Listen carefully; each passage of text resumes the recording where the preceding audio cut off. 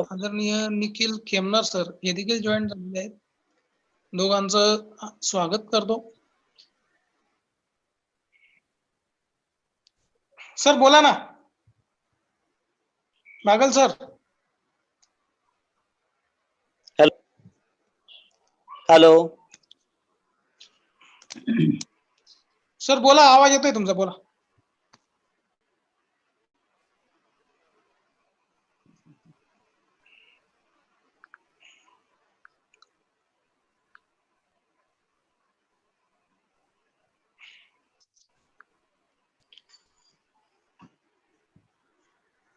Sir Bagal sir बोला ना. सरांचं नेटवर्क आहे. चिंचोली सर जॉईन झालेत का? सर.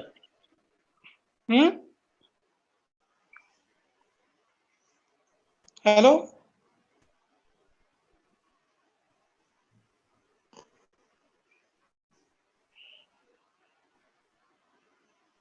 सर सुरू करू आपण आता.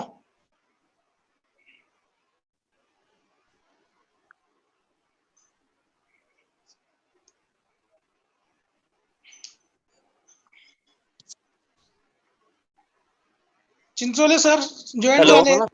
हो सर, हो सर. सर 2 मिनिटं सुरू करा. बागल सरांचा नेटवर्क प्रॉब्लेम आहे. बर. आणि लगेच मी प्रास्ताविक करतो मग. बर बर. आरंभ ग्रुप चाळीसगाव. हॅलो. आरंभ ग्रुप चाळीसगाव, खानदेश अधिकारी मित्र मंडळ, मिशन आय जळगाव व ज्ञानदीप महाविद्यालय खेड यांच्या संयुक्त विद्यमानाने आयोजित 21व्या वेबिनार मध्ये आजचे आपले प्रमुख अतिथी संजय धिवरे साहेब, income tax assistant commissioner Nagpur, तसेच दुसरे मार्गदर्शक निखिल खेमनर सर, उपजिल्हाधिकारी, या दोन्ही मान्यवरांचे आजच्या झूम मीटिंग मध्ये मी स्वागत करतो. आजचा हा 21वा झूम मीटिंगचा वेबिनार असून 53 आणि 54 अनुक्रमे मार्गदर्शक, दोन्ही मार्गदर्शक जे आहेत, म्हणजे एकूण आपलं आतापर्यंत 52 मार्गदर्शकांनी मार्गदर्शन हे त्या ठिकाणी केलेलं आहे. आणि धिवरे सरांचं हे 53व मार्गदर्शन असणार आहे आणि निखिल सरांचं 54व मार्गदर्शन असणार आहे. ग्रामीण भागातील विद्यार्थ्यांना तसंच निमशहरी भागातील विद्यार्थ्यांना स्पर्धा परीक्षांची माहिती व्हावी, त्यांच्यामध्ये अधिकाधिक प्रेरणा निर्माण व्हावी या उद्देशाने या ग्रुपची निर्मिती ही करण्यात आलेली आहे. आणि अत्यंत चांगल्या प्रकारे आमच्या प्रवीण पवार सरांनी हा जो काही उपक्रम सुरू केलेला आहे तर त्यासाठी ते खूप मेहनत घेत आहेत आणि बागल सर हे त्यांना योग्य अशा प्रकारची साथ त्या ठिकाणी. विद्यार्थी मित्रांनो, मी फक्त 1-2 मिनिटं पुढच्या आठवड्यात होणाऱ्या EPFO या परीक्षेबद्दल आपल्याशी बोलतोय. 9 मे 2021 या दिवशी UPSC द्वारे घेण्यात येणारी EPFO म्हणजे एम्प्लॉईज प्रॉव्हिडंट फंड ऑर्गनायझेशन द्वारे अकाउंट ऑफिसर आणि त्यासोबत एन्फोर्समेंट ऑफिसर या पदांसाठी एकूण 421 पदांसाठी ही UPSC द्वारे ग्रुप बी ची परीक्षा होता. ही परीक्षा एकूण 300 मार्कांच्या मल्टिपल चॉईस क्वेश्चन स्वरूपाची ती परीक्षा असून एकूण 150 प्रश्न आहेत. 2 तासाची परीक्षा असून प्रत्येक बरोबरच्या प्रश्नाला 2 मार्क्स आणि प्रत्येक चुकीच्या उत्तराला 2/3 मार्क्स जे आहेत तर ते वजा केले जातात. धिवरे सर आपणास UPSC बद्दल माहिती देणारच आहेत, पण ज्यामुळे UPSC नागरी सेवा परीक्षेची तयारी करतायत तर त्यांच्यासाठी EPFO ही जी परीक्षा आहे तर ती अत्यंत सोपी आहे. यात history, political science, economics, science and technology, current affairs, त्यानंतर सोशिओलॉजी, त्यानंतर इंग्लिश, त्यानंतर त्या ठिकाणी CSAT या विषयांवर आधारित एकूण 150 प्रश्न असणार आहेत आणि 300 मार्काची परीक्षा असेल. 9 मे 2021 या दिवशी 2 तासांची ही परीक्षा असेल आणि या परीक्षेत उत्तीर्ण होणाऱ्या विद्यार्थ्यांची 100 मार्काची UPSC द्वारे ओव्हरऑल होणार आहे. 300 मार्काची लेखी परीक्षा आणि 100 मार्काची मुलाखत, असं एकूण 400 मार्कांपैकीच या ठिकाणी सिलेक्शन हे होणार आहे. तर या परीक्षेची देखील आपण तयारी करावी. या परीक्षेसाठी सुद्धा आपणास शुभेच्छा. आणि हा जो काही अगदी अभिनव अशा प्रकारचा उपक्रम प्रवीण पवार सरनी सुरू केलेला आहे, तर त्यांचे मी आपणा सर्वांच्या वतीने आभार मानतो. आणि धिवरे सर आणि त्यासोबत खेमनर सर या दोघांचेही आजच्या झूम मीटिंग मध्ये मी स्वागत करतो आणि माझं मनोगत या ठिकाणी थांबवतो. जय हिंद, जय महाराष्ट्र.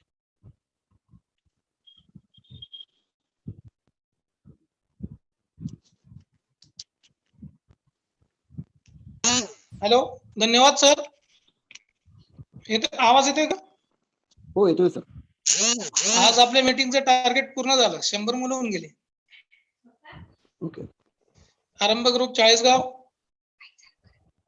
खानदेश अधिकारी मित्रमंडळ व मिशन आयएच जळगाव आणि ज्ञानदीप महाविद्यालय खेड यांच्या संयुक्त विद्यमाने आयोजित आजच्या 21व्या झूम मीटिंग मध्ये आज आम्ही ज्यांना मार्गदर्शनासाठी आमंत्रित केलेले आहे ते आजचे प्रमुख मार्गदर्शक माननीय Shri Sanjay Dhiware sir, joint commissioner of income tax Nagpur, व माननीय श्री निखिल खेमनर सर, उपजिल्हाधिकारी यांचं आजच्या झूम मीटिंग मध्ये मी स्वागत करतो. तसेच आमचे ज्येष्ठ मार्गदर्शक माननीय प्रोफेसर डॉक्टर नरेशचंद्र गाटोळे सर, माननीय श्री राजेंद्रजी चिंचोले सर व माननीय श्री उमेश कुमार बागल सर, प्राचार्य ज्ञानदीप महाविद्यालय खेड यांचं देखील मी स्वागत करतो. प्रास्ताविकातून या उपक्रमाबद्दल सांगू इच्छितो की ग्रामीण भागातील मुलांमध्ये गुणवत्ता असूनही योग्य मार्गदर्शनाअभावी थोड्याफार फरकाने मुले यश मिळवू शकत नाहीत. तसेच घरची परिस्थिती नाजूक असल्याने ते मुलं मुंबई, नाशिक, पुणे यासारख्या शहरात जाऊन महागडे शिक्षण घेऊ शकत नाही, क्लास लावू शकत नाहीत. आणि या सर्व बाबींचा विचार करून अनुभवी मार्गदर्शकांच्या टीमसह आपल्या ग्रामीण भागातील विद्यार्थ्यांसाठी काहीतरी करावे या उद्देशाने आरंभ ग्रुप चाळीसगाव, खानदेश अधिकारी मित्रमंडळ व मिशन आयएच जळगाव आणि ज्ञानदीप महाविद्यालय खेड गरीब व होतकरू विद्यार्थ्यांना स्पर्धा परीक्षा व करिअर विषयक मार्गदर्शनाद्वारे स्वतःच्या पायावर उभं करण्यासाठी प्रयत्नशील आहे. आणि याचाच एक भाग म्हणून दर रविवारी आम्ही झूम मीटिंग द्वारा विविध स्पर्धा परीक्षेतील विविध मार्गदर्शकांना, तज्ञ मार्गदर्शकांना आमंत्रित करत असतो. आणि हे अधिकारी व तज्ञ मार्गदर्शक कुठल्याही प्रकारचा मोबदला न घेता आपला बहुमूल्य वेळ देऊन विद्यार्थ्यांना मार्गदर्शन करीत असतात. आज आपल्याला मार्गदर्शन करण्यासाठी जे प्रमुख मान्यवर उपस्थित आहेत त्यांचा मी थोडक्यात परिचय करून देतो. परिचय करून देताना मान्यवरांनी आपला व्हिडिओ ऑन ठेवावा. तसेच मीटिंगचे संयोजकांनी मान्यवर अतिथींना ऑन द स्क्रीन ठेवावे. आजच्या मीटिंगसाठी खास करून उपस्थित असलेले प्रमुख अतिथी माननीय श्री संजय धिवरे साहेब यांचं हे सटाणा तालुक्यातील असून नाशिक जिल्ह्यातील आहेत. साहेबांचे वडील CD Jain college of commerce येथे प्राध्यापक म्हणून कार्यरत होते. आता ते सेवानिवृत्त झालेले आहेत. आई देखील सेवानिवृत्त प्राथमिक शिक्षिका आहेत. तर आदरणीय सौ भाग्यश्री बानायत धिवरे मॅडम जे IAS आहेत, डायरेक्टर ऑफ सेरिकल्चर या साहेबांच्या धर्मपत्नी आहेत. अशा प्रकारे साहेबांची कौटुंबिक पार्श्वभूमी आहे. साहेबांनी पुणे येथून मेकॅनिकल इंजिनिअरिंगचं शिक्षण पूर्ण केल्यानंतर याच विद्यापीठातून MBA मार्केटिंग मधून पूर्ण केलं. त्यानंतर स्पर्धा परीक्षेची तयारी सुरू केली. 2001 मध्ये राज्यसेवेची परीक्षा उत्तीर्ण होऊन त्यांची SAST assistant commissioner state tax म्हणून निवड झाली. 2002 मध्ये स्टाफ सिलेक्शन कमिशन मधून CBI मध्ये इन्स्पेक्टर साठी त्यांनी एक्झाम दिली and he became inspector achieving impressive rank 19 या ऑल इंडिया रँक 19. 7-8 वर्ष स्टेट राज्यकर विभागात असिस्टंट कमिशनर, डेप्युटी कमिशनर म्हणून काम करत असताना साहेब UPSCच्या परीक्षेची तयारी करीत होते. 2010 मध्ये त्यांची IRS मधून निवड झाली. सध्या धिवरे साहेब joint commissioner of income tax म्हणून नागपूर येथे त्यांची पोस्टिंग आहे. त्यानंतर जे दुसरे मान्यवर या ठिकाणी उपस्थित आहेत ते माननीय श्री निखिल खेमनर सर, वडील शिक्षक तर आई गृहिणी. त्यांचं मूळ गाव साकूर, तालुका संगमनेर, जिल्हा अहमदनगर. त्यांचं 12वी पर्यंतचं शिक्षण वीरभद्र विद्यालय साकूर या शाळेत झालं. पुढे त्यांनी BCom केलं. ग्रॅज्युएशन पूर्ण केल्यानंतर MPSCच्या परीक्षेत 2018 मध्ये असिस्टंट सेक्शन ऑफिसर म्हणून त्यांची निवड झाली. याच वर्षी त्यांची assistant director Maharashtra finance and account service या पदावर निवड झाली. 2020 मध्ये पुन्हा त्यांनी राज्यसेवेची परीक्षा दिली आणि यावेळी त्यांनी उज्ज्वल असं यश संपादन केले व राज्यातून 10वी रँक मिळवत त्यांची उपजिल्हाधिकारीपदी निवड झाली. आज स्पर्धा परीक्षेतील दिग्गज अधिकारी जे खूप अनुभव संपन्न आहेत, आज आपल्याला मार्गदर्शन करणार आहेत. आपण त्यांचा मार्गदर्शनाचा लाभ घ्यावा अशी विनंती करून मी माझं प्रास्ताविक संपवतो. मी प्रिया बावकर मॅडम यांना विनंती करतो की त्यांनी पुढील सूत्रसंचालन करा. धन्यवाद सर. नमस्कार. संपूर्ण महाराष्ट्रातील गरीब आणि होतकरू विद्यार्थ्यांना स्पर्धा परीक्षा विषयक मार्गदर्शन करण्यासाठी आणि भविष्यात ज्यांचे अधिकारी होण्याची स्वप्न आहेत त्या विद्यार्थ्यांना यशापर्यंत पोहोचवण्यासाठी आरंभ ग्रुप खानदेश अधिकारी मित्र मंडळ, मिशन आयएच जळगाव आणि ज्ञानदीप महाविद्यालय खेड यांच्या संयुक्त विद्यमाने गेले 20 रविवार आपण मोफत मार्गदर्शन देत आहोत. आज आपल्याला मार्गदर्शन करण्यासाठी मान्य श्री संजय धिवरे सर इथे उपस्थित आहेत, आयकर सहायुक्त नागपूर. मी सरांना विनंती करते की त्यांनी आपलं मार्गदर्शन सुरू करावं. Hello Praveen, I am audible? Yes sir, yes. हा, म्हणजे व्यवस्थित आवाज येतो ना? काही प्रॉब्लेम नाही? ठीक हो आहे. हो, नो प्रॉब्लेम. नमस्कार. सर्वप्रथम आरंभ ग्रुप खानदेश आणि इतर त्याच्याशी संलग्नित असलेले सर्वच संस्था व त्या संस्थांच्या माध्यमातून एक अभिनव कार्य करणाऱ्या सर्वांना मी आधी अभिनंदन करतो व त्यांना शुभेच्छा देतो. आणि ह्या ठिकाणी म्हणजे येण्यामागची पार्श्वभूमी अशी आहे की ह्या कोरोनाच्या कालावधीमध्ये स्पर्धा परीक्षांचं वेळापत्रक जे आहे अनियमित झालेलं आहे आणि एक प्रकारचे निराशासारखं आहे. तर मला असं वाटतं की म्हणजे माझ्या स्पर्धा परीक्षांमध्ये मी केंद्रीय लोकसेवा आयोग, महाराष्ट्र लोकसेवा आयोग किंवा staff selection commission, bank PO या सर्वच एक्झाम क्लिअर केल्या. तर तो जो कालावधी असतो त्यावेळेस असे काही 2 शब्द कानावर पडले तर एक कसं असतं की एक मोटिवेशन मिळतं. तर ही याच्या मागची पार्श्वभूमी आहे. थोडक्यात म्हणजे मी माझा परिचय तर आयोजकांनी करूनच दिलेला आहे. मी संजय धिवरे, बेसिकली मी सटाणा जिल्हा नाशिक येथील आहे. तर माझे वडील रयत शिक्षण संस्थेत प्राध्यापक म्हणून आताच आयोजकांनी सांगितलं, आई झेडपीची शिक्षिका होत्या झेडपीला. तर माझा जन्म सटाणा तालुक्यातल्या पिंगळवाडे म्हणून एक छोट्याशा खेडेगावामध्ये झाला आणि माझं 4थी पर्यंतचं शिक्षण जे आहे ते त्या ठिकाणीच झालं. आणि माझी आईच मला शिक्षिका होती 4थी पर्यंत. तर एक ग्रामीण भागात खेड्यात त्या कालावधीमध्ये स्पर्धा परीक्षा किंवा इतर कोणत्याच प्रकारचं असं एक बस चाललंय शिक्षण अशा स्वरूपाचं होतं. 5वी नंतर मी सटाणा ह्या तालुक्याच्या ठिकाणी पुढच्या शिक्षणाच्या दृष्टीने आलो 5वी ते 10वी हायस्कूलसाठी. आणि मग तिथं आल्यानंतर एक थोडासा निमशहरी भाग असल्यामुळे तिथं स्पर्धा परीक्षांसंदर्भात थोडीफार म्हणजे इतर सगळ्याच गोष्टींसंदर्भात एक करिअर किंवा ह्या संदर्भात एक माहिती मिळायला सुरुवात झाली. आणि तिथं असतानाच एक रोटरी क्लब किंवा याच्या माध्यमातून सामान्य स्पर्धा परीक्षा वगैरे अशा स्वरूपाच्या त्या एक तालुकास्तरीय परीक्षा वगैरे व्हायच्या. मला लहानपणापासूनच एक जनरल रीडिंग करायची आवड होती आणि न्यूजपेपर्स वगैरे. तर मी अशा ह्या तालुका स्तरीय परीक्षांमध्ये म्हणजे प्रथम क्रमांक मला तिथं मिळत गेला. आणि इनडायरेक्टली मी स्पर्धा परीक्षेसाठी कसा तयार होत गेलो तेव्हा मला त्याची कल्पना नव्हती की मी स्पर्धा परीक्षेचा अभ्यास करतोय. आणि तसंच इतर मला स्कॉलरशिपच्या परीक्षांच्या माध्यमातूनही आणि आईने जे लहानपणी शिकवताना मला इतिहास किंवा एक भूगोल किंवा इतर ज्या जनरल सायन्स रिलेटेड काही गोष्टी होत्या तर ते ज्या गोष्टींबद्दल एक आवड निर्माण झाली होती ती मला साहजिकच माझा पाया त्याच्यातून भक्कम झाला होता अप्रत्यक्षरित्या. अर्थातच एक साधारण माझा म्हणजे सदैव पहिलाच नंबर अशापर्यंत 10वी पर्यंत होतं. 10वीला सुद्धा पुणे बोर्डात मी 47th रँक माझी होती.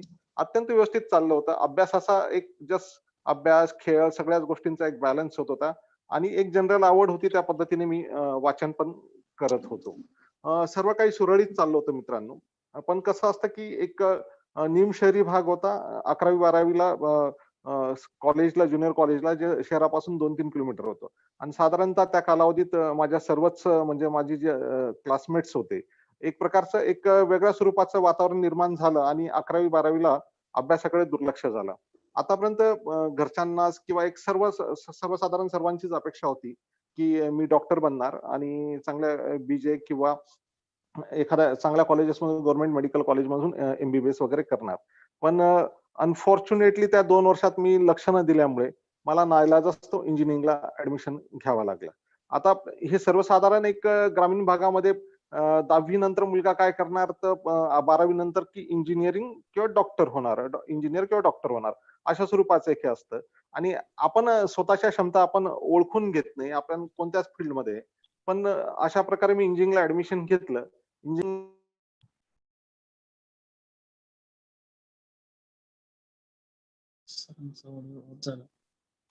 इंजिनिअरिंगमध्ये फारसं मन रमत नव्हतं माझं.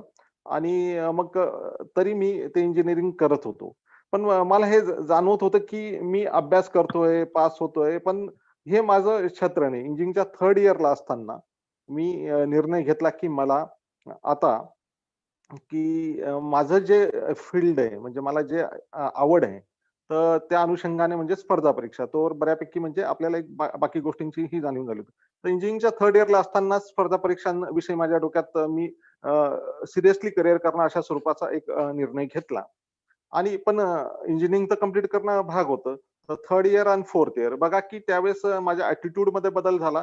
तर तो इंजिनिअरिंगचा अभ्यास मला चांगला वाटायला लागला. का चांगला वाटायला लागला, की मला हे कंप्लीट करून पुढे स्पर्धा परीक्षा करायच्या आहे.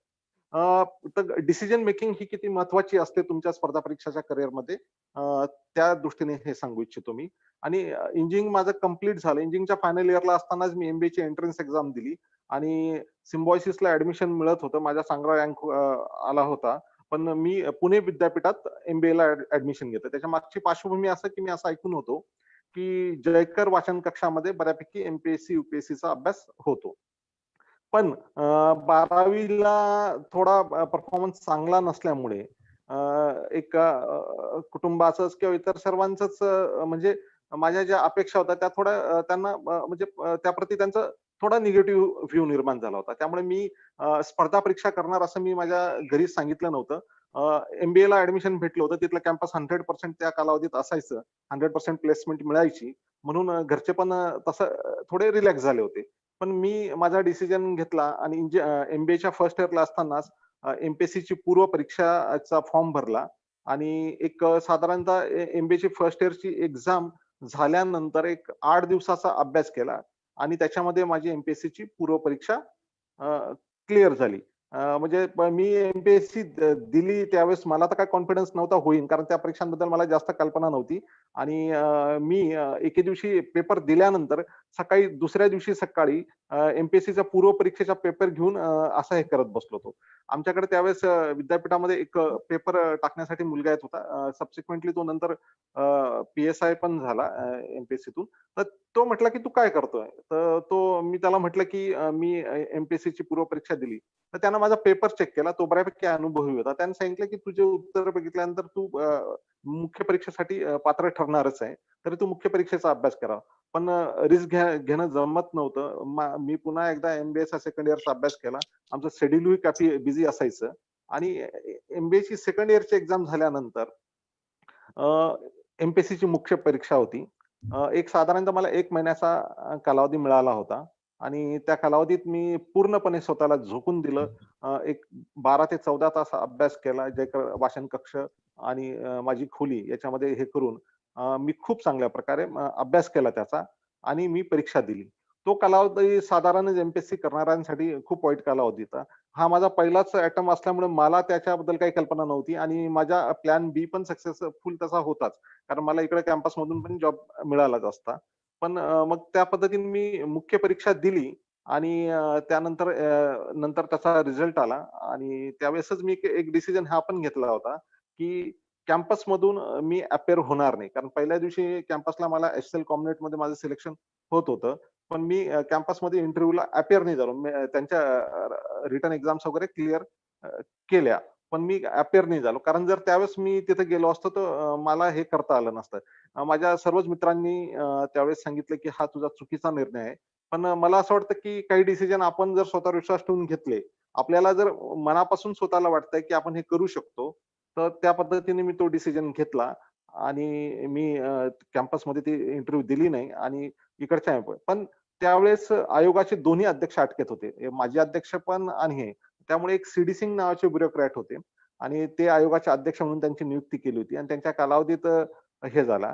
मग माझा इंटरव्ह्यू आला साधारणतः 2003 साली एमपीएससीचा तर त्यावेळेस मला पहिला मॉक इंटरव्ह्यू देण्यासाठी मी स्टडी सर्कलमध्ये गेलो होतो आणि त्या ठिकाणी चक्कर आले आणि मला पुण्याला हॉस्पिटलमध्ये ऍडमिट करावं लागलं.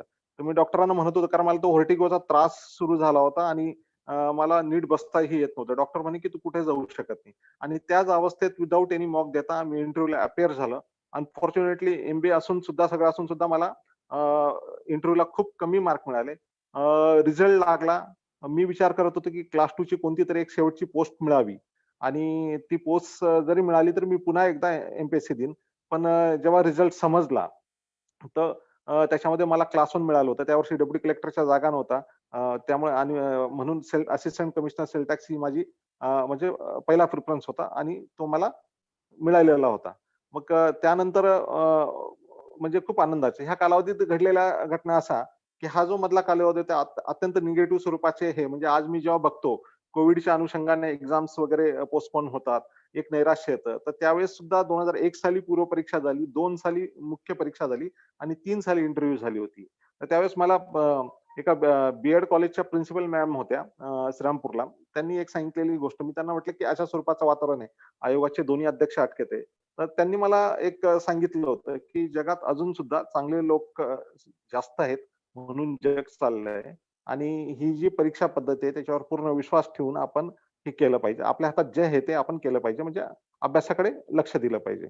त्याच कालावधीत मी स्टाफ सिलेक्शन कमिशनची ही कोणतीही एक विशेष तयारी न करता मी परीक्षा दिली आणि त्यात माझा ऑल इंडिया 19th रँक आला. बँक प्रोबेशनरी ऑफिसर म्हणून पण सिलेक्ट झालो होतो. अशा प्रकारे सगळ्याच एक्झाम्स त्यावेळेस केला. पण फक्त त्या कालावधीत हे की म्हणजे एक तर मी ग्रामीण भागातून आलो, फर्स्ट अटेम्प्टमध्ये इकडे झालो. काही गोष्टींची कल्पना नव्हती तेव्हा पुण्यात यूपीएससीचं एवढं वातावरण पण नव्हतं. आणि त्यामुळे मला कोणतरी असं सांगितलं, की प्रोबेशन तुमचं इकडे क्लास 1चं कंप्लीट जर झालं, माझी पोस्टिंग नागपूर इथं झाली, तर त्यानंतर मग सुट्ट्या टाकून करता येईल. आणि त्या कालावधीत मी 2 वर्ष थोडा म्हणजे कोणतीही परीक्षा प्रोबेशन कंप्लीट करण्याचा विचार केला. तर ती मला असं वाटतं, की माझी मोठी चुकी झाली. जर मला अविनाश धर्माधिकाऱ्यांनी त्यावेळेस म्हटलं होतं, की "तू सरळ यूपीएससीच करायला पाहिजे." तशा स्वरूपाचा. मग 2000 ते 2 वर्ष गेल्यानंतर प्रोबेशन कंप्लीट झाल्यानंतर मग मी यूपीएससीचा डिसिजन घेतला आणि सलग मी 4 मेन्स दिल्या आणि 3 इंटरव्ह्यूज दिल्या. तर यूपीएससीचा अभ्यास करताना किंवा एमपीएससीचा अभ्यास करताना मी कुठेही कोणत्याही प्रकारची कोचिंग घेतली नाही. मी घरीच अभ्यास केला. किंबहुना माझा जो यूपीएससीचा सिलेक्शनचा अटेम्प्ट होता, त्यावेळेस मी व माझा मित्र भरत आंधळे आम्ही नाशिकला माझ्या फ्लॅटवरच प्रिपरेशन करत होतो. तर कुठेही काही केलं नाही. पण एक मित्रांचा चांगला ग्रुप होता आणि त्यांच्या माध्यमातून सगळ्या प्रकारचं चांगलं मटेरियल वगैरे आम्ही म्हणजे जमा करत होतो आणि एक हे. तर अशा स्वरूपाचं त्याच्यानंतर माझं सिलेक्शन झालं. नागपूरमध्येच माझी आय-आर-एसची ट्रेनिंग झाली आणि तिथून पुढे मग मी डेप्युटी कमिशनर आणि आता जॉइंट कमिशनर ह्या पदावर कार्यरत आहे. हा थोडक्यात माझा प्रवास सांगायचा उद्देश. काही गोष्टी ज्या आहेत यूपीएससीच्या अभ्यासाच्या हिशोबाने तर एक मी असं म्हणू इच्छेन, की मला माझं एमपीएससीचं सिलेक्शन झाल्यानंतर नागपूरला पोस्टिंग असताना म्हणजे परभणी कृषी विद्यापीठाचे कुलगुरू भेटले होते आणि त्या कालावधीत कसं होतं, की बऱ्यापैकी ॲग्रीकल्चरचं सिलेक्शन खूप जास्त राहायचं. तर मी त्यांना सहज म्हटलं, की ॲग्रीकल्चरचं सिलेक्शन जरा जास्त असतं. तर त्यांनी मला एक गोष्ट सांगितली होती, की सगळेच माझे विद्यार्थी आहेत ॲग्रीकल्चर मधले. तर मला जे सिलेक्ट होतात तो आकडा फार कमी आहे. फेल होणाऱ्यांचं प्रमाण पण खूप जास्त प्रमाणात आहे. आणि हे लोकं इतर फील्डमध्ये यांनी सक्सेसफुल व्हावं असं वाटतं. म्हणजे सांगण्याचा उद्देश असा, की तुम्ही जेव्हा स्पर्धा परीक्षांकडे आकर्षित होतात, आता तर ठीक आहे, की पूर्वी यूपीएससी आणि एमपीएससीचा सिलेबस वेगळा होता. आता यूपीएससी, एमपीएससी तुम्ही सायमल्टेनियसली करू शकता. पण त्यावेळेस ही गोष्ट पण कुठे लक्षात ठेवली पाहिजे. सदैव तुमचा प्लॅन बी हा तयार असला पाहिजे. म्हणजे मी एमबीएला एमपीएससी करायची होती, यूपीएससी करायची होती, तर मी एमबीएला ऍडमिशन घेतलं. माझ्या जॉबच्या दृष्टीने मी म्हणजे स्वतःला सिक्युअर करत गेलो. आणि जेव्हा मी एमपीएससी केली तेव्हाही मला मी स्टाफ सिलेक्शन कमिशन किंवा बँक प्रोबेशनरी ऑफिसर्स किंवा इतरही एक्झाम दिल्या. कारण कसं आहे, की हे बघा, की प्रत्येकाला वाटतं, प्रत्येकाला स्वतःवर विश्वास असतो आणि त्याला वाटतं, की मी सक्सेसफुल होईन. पण तरी त्याला एक प्रोबॅबिलिटी असते. म्हणून अशा स्वरूपाचा एक सर्वंकष विचार करणं जरुरी आहे. मग म्हणतात की कॉन्सन्ट्रेशन कसं राहील, की मला भरपूर आता एवढ्या कालावधीत अनेक लोक या स्पर्धा परीक्षेच्या अनुषंगाने जे काही प्रश्न विचारतात, त्याला हा महत्वाचा प्रश्न प्लॅन बी किंवा कॉन्सन्ट्रेशन कसं किंवा एकाच याच्यावर कॉन्सन्ट्रेट करावं. तर मी नेहमी हेच सांगत असतो, की तुम्ही साधारणतः 1 ते 1.5 वर्ष पूर्णपणे स्वतःला झोकून द्या. पूर्णपणे स्वतःला झोकून द्या आणि मग त्यानंतर तुम्हाला स्वतःच आहे, म्हणजे इतर कोणीही तुम्हाला सांगू शकणार नाही, की whether you can clear or not. म्हणजे हे तुम्ही स्वतःचं आकलन स्वतः केलं पाहिजे. तुम्हाला तुमच्या स्ट्रेंथ्स काय याची पूर्णपणे कल्पना असते.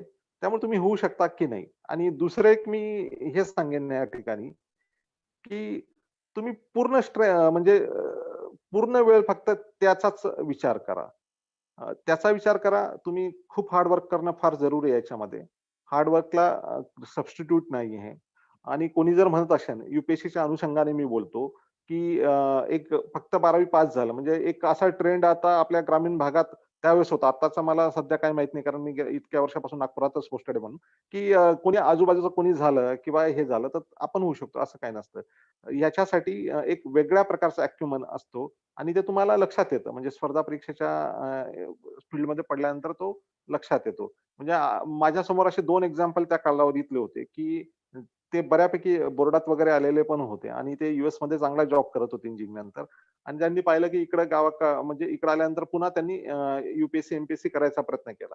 1-1.5 वर्ष त्यांनी 2-1 वर्ष ट्राय केला आणि पुन्हा गेलं. म्हणजे असं काही नसतं. याच्यासाठी एक वेगळ्या प्रकारचा हे फील्ड आहे. त्याच्यासाठी एक एव्हरेज बुद्धिमत्ता तुम्हाला जरुरी आहे. म्हणजे एव्हरेज म्हणजे एक एव्हरेज UPSCला तर एव्हरेजपेक्षा थोडी जास्तच म्हणा.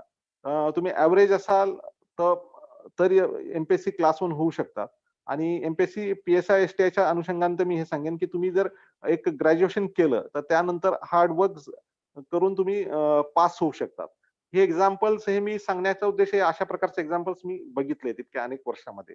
तर याच्यामध्ये एक साधारणतः एक एव्हरेजपेक्षा जास्त बुद्धिमत्ता UPSCसाठी तुम्हाला जरुरी आहे. हार्ड करणं जरुरी आहे. आणि तिसरा एक महत्त्वाची गोष्ट याच्यामध्ये एक आहे, ती एक इफिशियन्सी. इफिशियन्सी म्हणजे काय, की जे डिसिजन मेकिंग सारखाच प्रकार झाला. म्हणजे तुमच्याकडे अनेक रिसोर्सेस आहेत. त्याच्यातला कोणता रिसोर्स वापरला पाहिजे? डिसिजन तुम्ही राइट टाईम टू टाईम म्हणजे तुम्ही पुस्तक वाचायला जरी घेतलं एखाद्या विषयाचं, तर त्याच्यातला कोणता भाग वाचला पाहिजे, कोणत्या टॉपिकसाठी?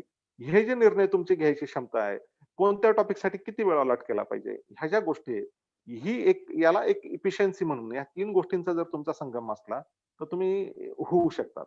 त्यासाठी इतरही क्वालिटीची गरज असते, पण ह्या 3 गोष्टी बेसिकली जरुरी आहे. आणि एक साधारणतः म्हटलं जातं, की स्पर्धा परीक्षांचं करिअरच का? इतर का नाही? तर याच्यामध्ये एक काय आहे, की स्पर्धा परीक्षांच्या करिअरमध्ये तुमच्याकडे पॉवर, पैसा, प्रेस्टीज यांचा एक बॅलन्स असतो. स्पर्धा परीक्षांच्या माध्यमातून जे नोकरी मिळतं, तर तुम्हाला एक नोकरीची सिक्युरिटी मिळते. पगार पण एक चांगला असतो आजच्या याच्याने. म्हणजे कॉर्पोरेट सारखा खूप मोठे पॅकेजेस नसतात. पण एक चांगला असतो. तुम्ही एक चांगलं लाईफ जगू शकतात. तुम्हाला खूप चांगल्या प्रकारचं लोकाभिमुख कार्य करण्यासाठी संधी मिळत असते. आणि एक इतर लोकांच्या अनुषंगाने जर परसेप्शन पाहिलं, तर ते म्हणजे एक स्पर्धा परीक्षेच्या माध्यमातून झालेल्या UPSCच्या माध्यमात आता मी माझ्या घरातच बघतोय, की वाईफ IAS किंवा मी IRS असल्यामुळे. तर ह्या ज्या गोष्टी आहेत, की एक लोकांचा पाहण्याचा दृष्टिकोन थोडा वेगळा असतो. तिसरी गोष्ट, फक्त जगाला पाहिजे म्हणून आपण नाही विचार करायचा. म्हणजे मी माझाच एक्झाम्पल सांगतो. मला IPS मिळालं असतं, पण मी IRS हा प्रिफरन्स दिला होता. का? कारण मला माझ्या पर्सनॅलिटीला सूट होण्याजोगे IRSचा जॉब मला चांगला वाटत होता. शिवाय मी डेप्युटी कमिशनर सेल टॅक्स जेव्हा सेल टॅक्स सोडलं, तेव्हा मी जळगाव जिल्ह्याचा सेल टॅक्सचा हेड होतो. तर ते मला हे जाणवतं, तुम्ही टॅक्सेशनमध्ये काम केलं इतके वर्ष, तर मला त्या दृष्टीने IRS हे म्हणजे आपल्याला स्वतःला काय सूट होईल हे बघा. कारण कसं असतं, वर्दीमध्ये जरी तुम्ही गेला किंवा इतरही कोणत्या, तर ते ती ती गोष्ट तुम्हाला मिळत नाही तोपर्यंत त्याचं महत्त्व असतं. 2-3 वर्षानंतर तुम्हाला तोच-तोपणा होतं. तर तो जॉब जोपर्यंत तुमची लाइकिंग असेल, तरच तुम्ही चांगल्या पद्धतीने करू शकाल. तर ही गोष्ट महत्त्वाची आहे. आणि तिसरी गोष्ट कसं आहे, की सोशल प्रेस्टिजच्या अनुषंगाने पण स्पर्धा परीक्षा आणि दुसरं मी एक सांगतो, UPSC आजच्या घडीला म्हणजे जगातली सर्वात अवघड एक्झाम आहे. आणि याच्यासाठी सर्वच प्रकारचे ग्रॅज्युएट प्रयत्न करत असतात. आणि UPSCच्या माध्यमातून जी तुम्हाला संधी मिळते लोकांची सेवा करण्याची किंवा एक चांगले कामं करण्याची, तर ती इतर कोणत्याच फील्डमध्ये याच्यामध्ये व्हेरिएशन्स पण असतात. जर समजा मी माझ्या जॉबच्या हिशोबाने म्हटलं तर मी आज डेप्युटेशनवर ईडी, रॉ, सीबीआय किंवा इतर ठिकाणी सेंट्रल गव्हर्नमेंटमध्ये अनेक मिनिस्ट्रीजमध्ये जॉईंट सेक्रेटरीज वगैरे म्हणून जातात. तर सगळीकडे किंवा तुम्हाला फॉरेन कंट्रीजमध्ये काही कॉन्सुलेटमध्ये किंवा त्याशिवाय भारतातल्या इतर ठिकाणी PSUs मध्ये वगैरे जाता येतं. तर तुम्हाला तुमच्या आवडीच्या अनुषंगाने चांगलं काम करायची संधी मिळते. साहजिकच आहे की खूप प्रचंड मेहनत तिथेही जाऊन करावी लागते. म्हणजे एक असं तुमच्या जर डोक्यात असेल की एकदा झालं सिलेक्शन तर त्याच्या पुढे, तर तिथे गेल्यानंतर पण तुम्हाला म्हणजे चांगल्या प्रकारे एक काम करावंच लागतं. UPSCचा अभ्यास करतानाच तुम्हाला त्याची एक सवय झालेली असते. आणि एक या अनुषंगाने जे काही गोष्टी सांगू इच्छितो मी, की जे मटेरियल क्लासेस सर्वात प्रथम क्लासेसच्या अनुषंगाने. मी स्वतः तर कुठं कधी क्लासेस केला नाही आणि त्यावेळेस मी म्हणजे MBA ला असतानाच माझं MPSC ला सिलेक्शन झाल्यामुळे मला तशी संधीही नाही मिळाली कधी. पण आता वातावरण बरंच बदललंय. एक एखादा चांगला क्लासेसच्या माध्यमातून तुम्हाला मटेरियल किंवा काय केलं पाहिजे काय नाही किंवा एक चांगला स्टडी ग्रुप, एक चांगली अभ्यासिका उपलब्ध होते. पण हे फार जरुरी आहे, की तुम्ही कोणता क्लास चूज करतात आणि जर क्लासमध्ये नाही गेला तरी काही हरकत नाही. कारण क्लासमध्ये गेला किंवा नाही गेला, तरी स्टडी करणं महत्वाचं आहे. तर आता या अनुषंगाने भरपूर आहे. म्हणजे रीडिंग आणि स्टडी याच्यामधला फरक लक्षात घेतो. आपण साधारणतः न्यूजपेपर वाचतो, तर ती रीडिंग झाली. तर याच्या स्पर्धा परीक्षांसाठी तुम्हाला स्टडी करणं जरुरी आहे. म्हणजे स्टडी जर एक मी सिंपल सांगतो, जास्त इलॉबरेट नाही करत. स्टडी म्हणजे एक एक पहिल्या वेळेस तुम्ही एक सिंपल वाचन करायचं. त्याच्यातल्या ज्या गोष्टी लक्षात असतील. सेकंड रीडिंगमध्ये त्याच्यातल्या महत्त्वाच्या जे पॉइंट्स असतील, त्याला हे करून थोडं त्याच्यावर विवेचन, चिंतन करणं जरुरी आहे. आणि त्याच्यानंतर थर्ड रीडिंगमध्ये त्याच्या नोट्स वगैरे काढून म्हणजे एक त्याला परिपूर्णता त्या व्यवस्थित वाचलं गेलं पाहिजे आणि ते समजून घेतलं पाहिजे. तर स्पर्धा परीक्षांच्या याच्यामध्ये आणि UPSC मध्ये तुमची अनालिटिकल पॉवर फार महत्वाची आहे. तुम्हाला एक कन्स्ट्रक्टिव्ह अनालिसिस आणि क्रिटिकल अनालिसिस करता आलं पाहिजे. मी MPSC ला असताना मेन्सच्या कालावधीत त्यावेळेस गुजरात दंगल झाली होती. तर प्रश्न असा विचारला होता त्याच्या अनुषंगाने, की गुजरात दंगलीचं एक विवेचन करण्याच्या अनुषंगाने. तर त्यावेळेस मी म्हणजे पुस्तकांमध्ये जे होतं त्याच्यापेक्षा थोडं वेगळं लिहिण्याचा प्रयत्न केला. कारण माझं वाचन न्यूजपेपरचं काही इथं चांगलं होतं आणि स्वतः मी त्याच्यातून तर त्याचा आर्थिक जे होतं ते शेतकऱ्यांमध्ये डिस्ट्रेस वगैरे होता. अशा स्वरूपाचा एक मी तिथं लिहिण्याचा प्रयत्न केला. तर त्याच्याने उत्तर एक वेगळं तुमचं इम्प्रेशन पडतं. साहजिकच तुमचं हँडरायटिंग थोडं चांगलं असलं तर तुम्हाला बऱ्यापैकी मार्क्स म्हणजे थोडे नॉर्मल पेक्षा एव्हरेज पेक्षा जास्त मिळू शकतात. म्हणजे साहजिकच तुम्ही कंटेंट काय लिहिता त्याला पण आहे, पण प्रेझेंटेशनला पण थोडंफार त्याच्याने थोडा पॉझिटिव्ह इफेक्ट येत असतो. UPSC जर म्हणाल तर मी म्हणतो की तुम्ही ग्रॅज्युएट असाल नसाल तरी 6वी पासून 12वी पर्यंतचे जे NCERTचे पुस्तक आहेत, तर ते तुम्ही केले पाहिजे, ते वाचले पाहिजे. याच्यात एक अप्रोच असा ठेवा की जर तुम्ही एक जिओग्राफी सब्जेक्ट घेतला 6वीचा, तर 6वी ते 12वी पर्यंत तुम्ही सर्व जिओग्राफीचे पुस्तकं वाचा. त्याच्याने काय होईल की त्या विषयाच्या अनुषंगाने तुम्हाला बऱ्यापैकी हे येईल. शिवाय तुम्ही आता हायस्कूलला जरी असाल किंवा तुम्ही आता ग्रॅज्युएशन करून प्रिपरेशन जरी करत असला, तरी तुम्ही एक म्हणजे एक चांगला मी त्यावेळेस सिव्हिल सर्व्हिसेस क्रॉनिकल मॅगझिन बघायचो, योजना बघायचो, फ्रंट लाईन वगैरे बघायचो किंवा एक पॉलिटिकल वीकली वगैरे ह्या ह्या ह्या ज्या गोष्टी होत्या ते बघत होतो आणि एक इंडिया एअरबुक आम्ही त्यावेळेस बघायचो. आता बऱ्यापैकी रिसोर्सेस इंटरनेट किंवा याच्या माध्यमातून जरा जास्त चांगले निर्माण झाले. मित्रांनो, याच्यात मी एकच सांगेन, की तुम्ही जर प्रिपरेशन करत असाल, तर मुख्य परीक्षा आणि पूर्व परीक्षा याची सायमल्टेनियसली प्रिपरेशन करा.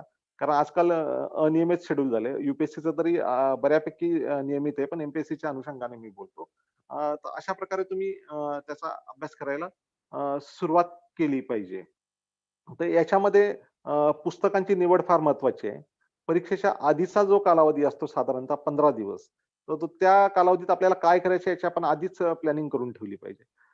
जीवनात कोणतीही गोष्ट करताना एक प्लॅनिंग करणं फार जरुरी आहे. म्हणजे थोडक्यात मी असं सांगेन, की जो व्यक्ती एखादा एव्हरेज बुद्धिमत्ता व्यक्ती जर प्लॅनिंग करून अभ्यास करत असला, आणि एखादा जिनियस जरी असला आणि त्याच्याकडे प्लॅन नसला तर तो ऍव्हरेज बुद्धिमत्तेचा व्यक्ती प्लॅनिंगच्या सहाय्याने सक्सेसफुल होऊ शकतो. ही गोष्ट प्लॅनिंग ही इतकी महत्वाची आहे. एक मोठा प्लॅन आपला जरुरी आहे आणि तो एक्झिक्यूट करण्यासाठी त्यासाठी छोटे छोटे प्लॅन म्हणजे डेली बेसिसवर, वीकली बेसिसवर किंवा मंथली बेसिसवर आपल्याला माहिती पाहिजे. आणि दुसरी गोष्ट कसं आहे की भरपूर विद्यार्थ्यांचं मी बघितलंय. आता मला जे पार्टिसिपंट्स आहे ते ऑलरेडी प्रिपरेशन करतायत का याच्याबद्दल मला कल्पना नाही किंवा काही नवीन पण असतील. तर एक तुम्ही जेव्हा करता तर रिव्हिजनसाठी तुमचा बऱ्यापैकी वेळ असला पाहिजे. रिव्हिजन साधारणतः तुम्ही स्वतः पुस्तकांतून करू शकता किंवा तुमचा जर चांगला ग्रुप असला, ग्रुप चांगला असणं फार जरुरी आहे. ग्रुप तुम्हाला एक चांगल्या यशाकडे पण नेऊ शकतो किंवा भरकटवू पण शकतो. साधारणतः म्हणजे मी जो माझा ग्रुप होता तो मला म्हणजे मेन्स नंतर किंवा मेन्स मध्ये काही बुक्स वगैरे साठी याच्या एवढाच मी हे केला. बाकी तर स्वतः सेल्फ स्टडी करण्यावरच बऱ्यापैकी माझा भर असायचा. आणि दुसरी गोष्ट तुम्ही साधारणतः अभ्यास जेव्हा करता तर तुमचं डिस्ट्रॅक्शन झालं नाही पाहिजे. म्हणजे त्या कालावधीत तर मी जो कमी कालावधीत करून सुद्धा सिलेक्शन होण्याचं कारण हेच होतं, की लग्न वगैरे बाकी म्हणजे जे रिलेटिव्हचे जे काही असतील किंवा सुख-दुःखाचे प्रश्न मी या सगळ्यांपासून स्वतःला आयसोलेटच करून घेतलं होतं.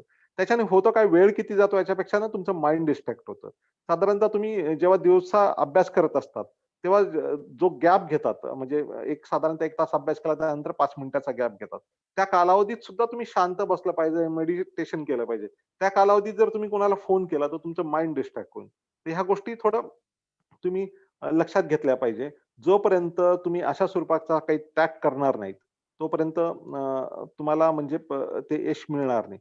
याच्यामध्ये साधारणतः यश मिळण्याची शक्यता फार कमी असते. साधारणतः 10 लाख विद्यार्थी जेव्हा फॉर्म भरतात, त्याच्यातले 5 लाख प्रिपरेशन करत असतात आणि शेवटी हजारेक जागांसाठी ही सगळी फाईट चाललेली असते. तर ही गोष्ट आणि याच्यात काही अत्यंत चांगल्या बॅकग्राऊंड मधून आलेले असतात, काही ग्रामीण भागात तून आलेले असतात. पण सगळ्यांना इथून चान्स मिळतो. म्हणजे मी ज्या खेड्यावर जन्माला आलो, आता हे कसं असतं, की मोटिव्हेशन स्टोरीज वगैरे ज्या आहेत, हे स्टेरॉइड इंजेक्शन सारखा म्हणजे कोणीही असो आणि याच्यातले भरपूर लोकं म्हणतात, की एक सायकल रिपेअरवाला आयच झाला, हे झाला. या सगळ्या गोष्टी असतात ना, याच्यातल्या बऱ्यापैकी फेक असतात. म्हणजे ते कसं मी तुम्हाला थोडंसं समजून सांगतो.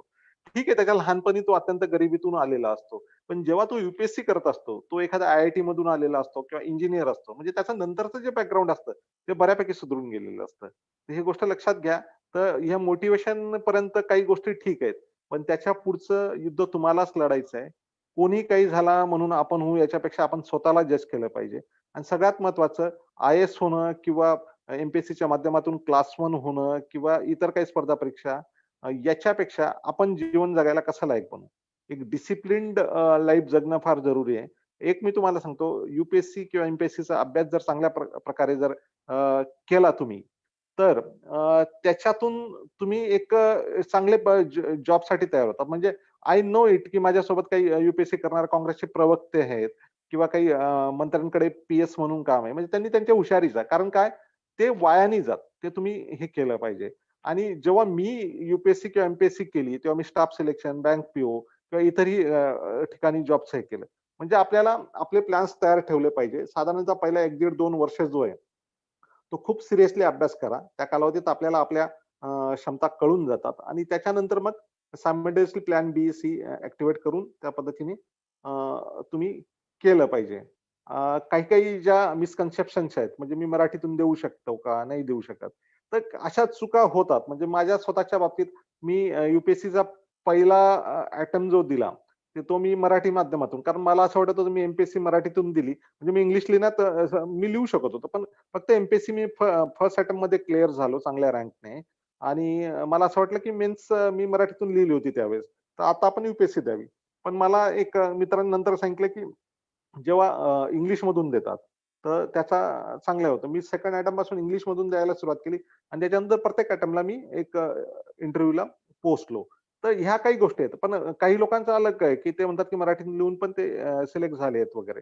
तर आपण स्वतःला जे आपण कोणत्या याच्यात फिट बसतो थोडं हे. विषय जे आता पूर्वी आमच्या वेळेस 2 ऑप्शनल असायचे. आता साधारणतः एकच ऑप्शनल असतो. तर ऑप्शनलचं चूज जे आहे तर ती घाई तुम्ही करू नका.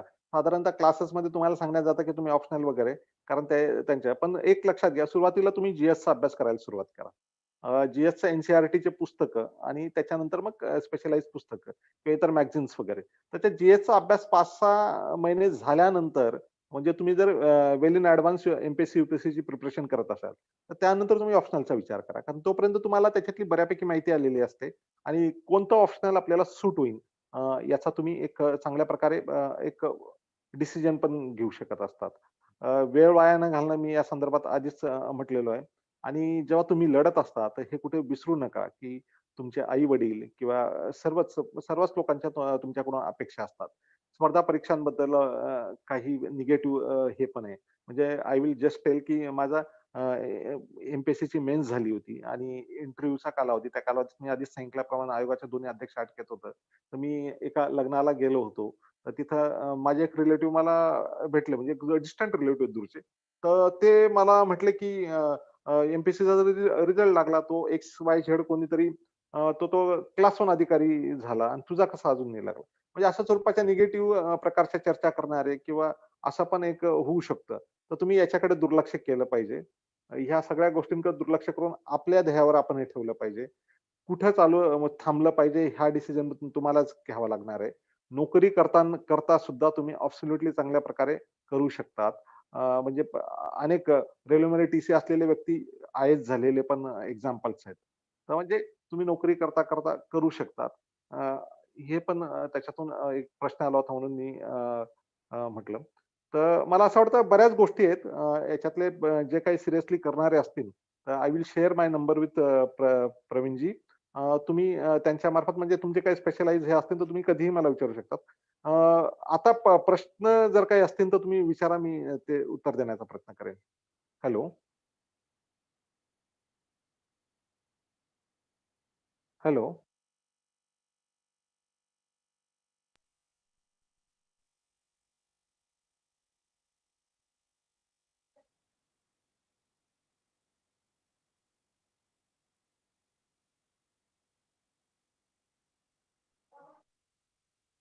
Hello?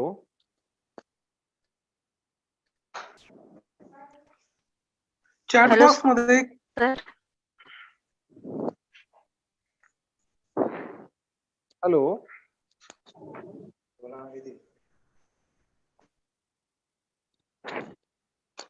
Hello? Hello sir, chat हां, बॉक्स मध्ये प्रश्न प्रश्न असतील तर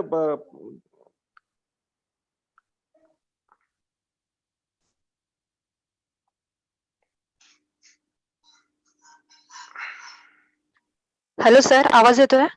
हो, आवाज येतोय. हो, हा सर, काही विद्यार्थ्यांचा प्रश्न आहे 12वी नंतर प्रिपरेशन कसं केलं पाहिजे?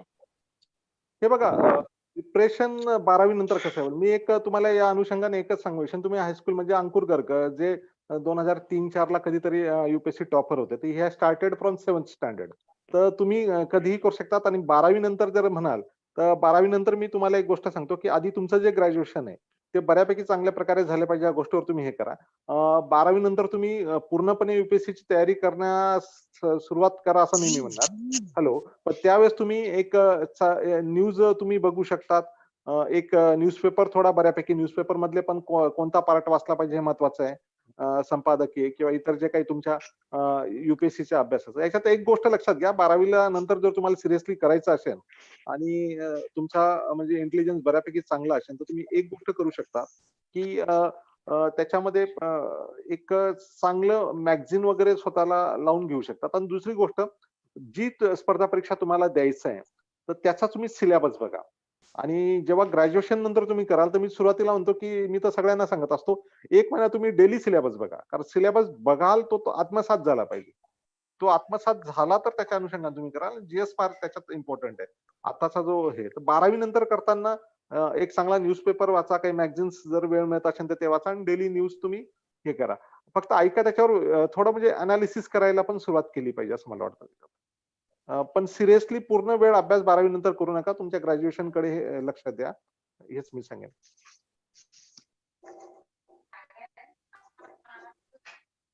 हॅलो.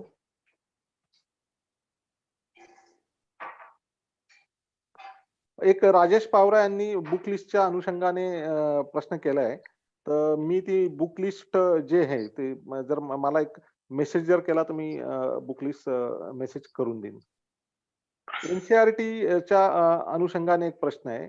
फक्त एनसीईआरटी सफिशियंट नाही, पण एनसीईआरटी करणं जरुरी आहे आणि एनसीईआरटी मधून चांगले. म्हणजे आय नो वन पर्सन की त्याला जीएस1 मध्ये फक्त एनसीईआरटीचे पुस्तक वाचून 300 पैकी 212 म्हणजे खूप चांगले मार्क्स आले होते.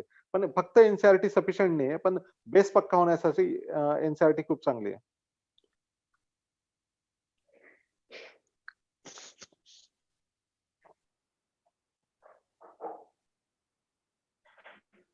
एक मिनिट हा.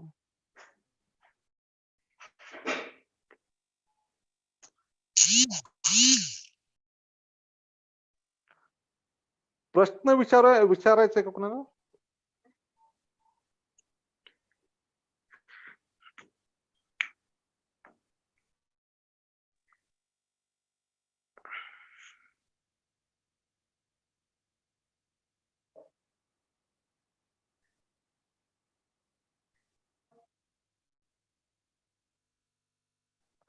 करंटच्या प्रिपरेशनच्या अनुषंगाने प्रश्न आहे. तर करंटचं प्रिपरेशन करताना मी तेच सांगितलंय, एक न्यूजपेपर आणि एक चांगला हिंदू सारखा न्यूजपेपर आता आणि काही चांगले मॅगझिन्स जे आहेत ते केले पाहिजे. पण एक मी याच्यात हे पण सांगू इच्छेन, करंटवर जास्त वेळ तुम्ही वाया घालू नका.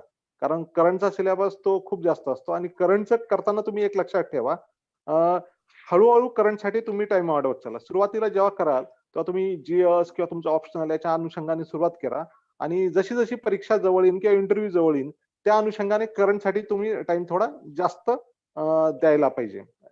असंच मी करंटच्या अनुषंगाने सांगू शकेन.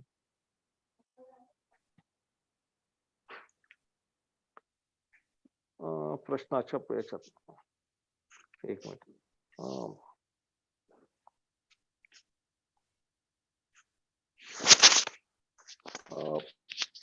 आता मॅरिड वुमनला फॅमिलीने सपोर्ट करणं फार जरुरी आहे आणि अनेक मॅरिड वुमन्स सिलेक्ट झालेले आहेत. म्हणजे त्या प्रश्नाच्या अनुषंगाने उत्तर देतोय. तर ते फार जरुरी आहे. तुम्ही केलं पाहिजे. तुम्हाला जर वाटतं तर म्हणजे even one of the IPS lady officer I know की हर हजबंड वॉज कॉन्स्टेबल आणि त्यांनी त्यांना सपोर्ट केलं त्या मॅडमला, तर त्या आयपीएस झाल्या. तर करू शकतात असं काही नाही. एमपीएससी क्लास 1 जर असलं तर ते स्टाफ सिलेक्शन कमिशन पेक्षा चांगलं आहे असं मला वाटतं. स्टाफ सिलेक्शनच्या कमिशनच्या माध्यमातून ज्या पोस्ट आहेत त्याचे प्रमोशन्स क्विकली असतात एमपीएससीच्या पेक्षा. पण परिस्थिती अशी आहे की स्टाफ सिलेक्शनच्या ज्या काही पोस्ट आहेत त्यासाठी तुम्हाला ऑल इंडिया हा हे ठेवावं लागतं. एमपीएससीच्या माध्यमातून तुम्ही महाराष्ट्रात राहू शकतात. ईडी सारखे काही चांगल्या ठिकाणी तुम्ही जाऊ शकतात स्टाफ सिलेक्शनच्या माध्यमातून.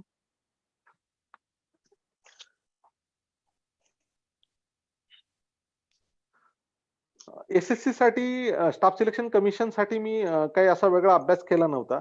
पण जे एनसीईआरटी वगैरे किंवा जो माझा बेस चांगला होता, इतिहास, भूगोल, नागरिकशास्त्र किंवा इतर जनरल सायन्स वगैरे, तर त्याच्यावरच असतं. खूप चांगल्या पद्धतीने ते गेलं आणि असा वेगळा अभ्यास मी एसएससी साठी केला नव्हता. पण चांगलं एसएससी करता येऊ शकतं, त्याच्याबद्दल काही अडचण नाही तशी. हिस्ट्री सब्जेक्टच्या अनुषंगाने प्रश्न आलेला आहे. जर माझ्या नंबरवर काही केला तर मी त्या अनुषंगाने बुक्स वगैरे किंवा काही सांगू शकेन. बुक्स वगैरे काय करायचे, ते कोणते वाचायचे.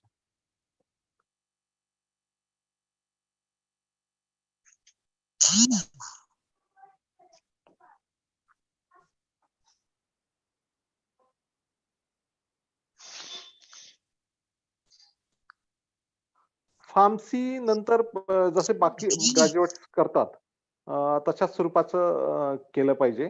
आणि एक कसं आहे की इंजिनिअरिंग किंवा फार्मसी ह्या लोकांना थोडा अप्पर हँड याच्यामुळे असतो की साधारणतः आर्ट्स कॉमर्स मध्ये म्हणजे कमी अभ्यासाच्या प्रिपरेशन मध्ये एक्झाम्स देण्याची सवय झाली असते. इथं तुमचा अभ्यासाचा आवाका वाढलेला असतो. हा थोडासा एक पॉझिटिव्ह पॉइंट असतो. आता एक कोणकोणते पुस्तकं वाचायचे तर हे परीक्षा आणि त्याच्या अनुषंगाने ठरू शकेल. पण सुरुवात करायला एनसीईआरटीचे 6वी ते 12वीचे पुस्तकं वाचायला काही हरकत नाही असं मला वाटतं. ग्रॅज्युएशन करतानाही तुम्ही प्रिपरेशन करू शकतात आणि काही हरकत नाही, पण तुम्ही ग्रॅज्युएशनवर जास्त फोकस. कारण कसं असतं की तुम्ही ग्रॅज्युएशनच्या कालावधीत जास्त मोटिवेटेड असाल आणि ऍक्च्युअल जेव्हा करायचं असेल त्यावेळेस तुमचा तेवढा तो उत्साह राहणार नाही, असं नको व्हायला. म्हणून ग्रॅज्युएशन चांगल्या पद्धतीने करून थोडा थोडा वेळ दिला तर काही हरकत नाही.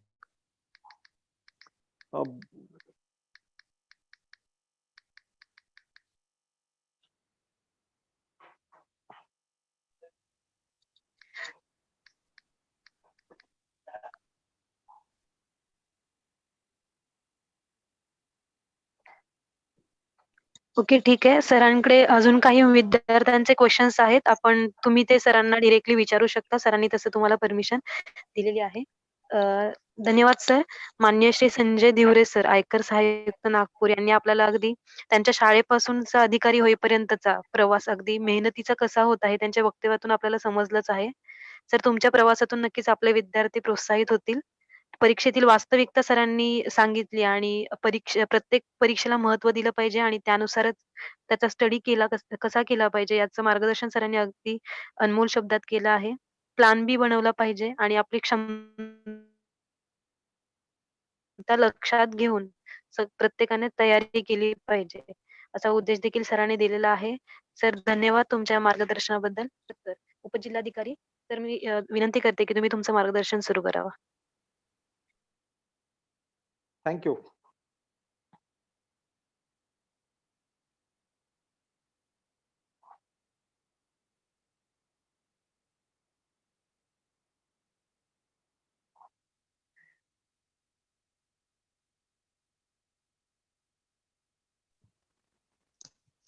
Good evening to all. सर्वप्रथम आजच्या सेशनला उपस्थित राहिलेल्या सर्वांचे सर्वप्रथम स्वागत. आजच्या आपल्या सेशनचा उद्देश जो आहे तो म्हणजे एमपीसी मुख्यची तयारी कशी करावी.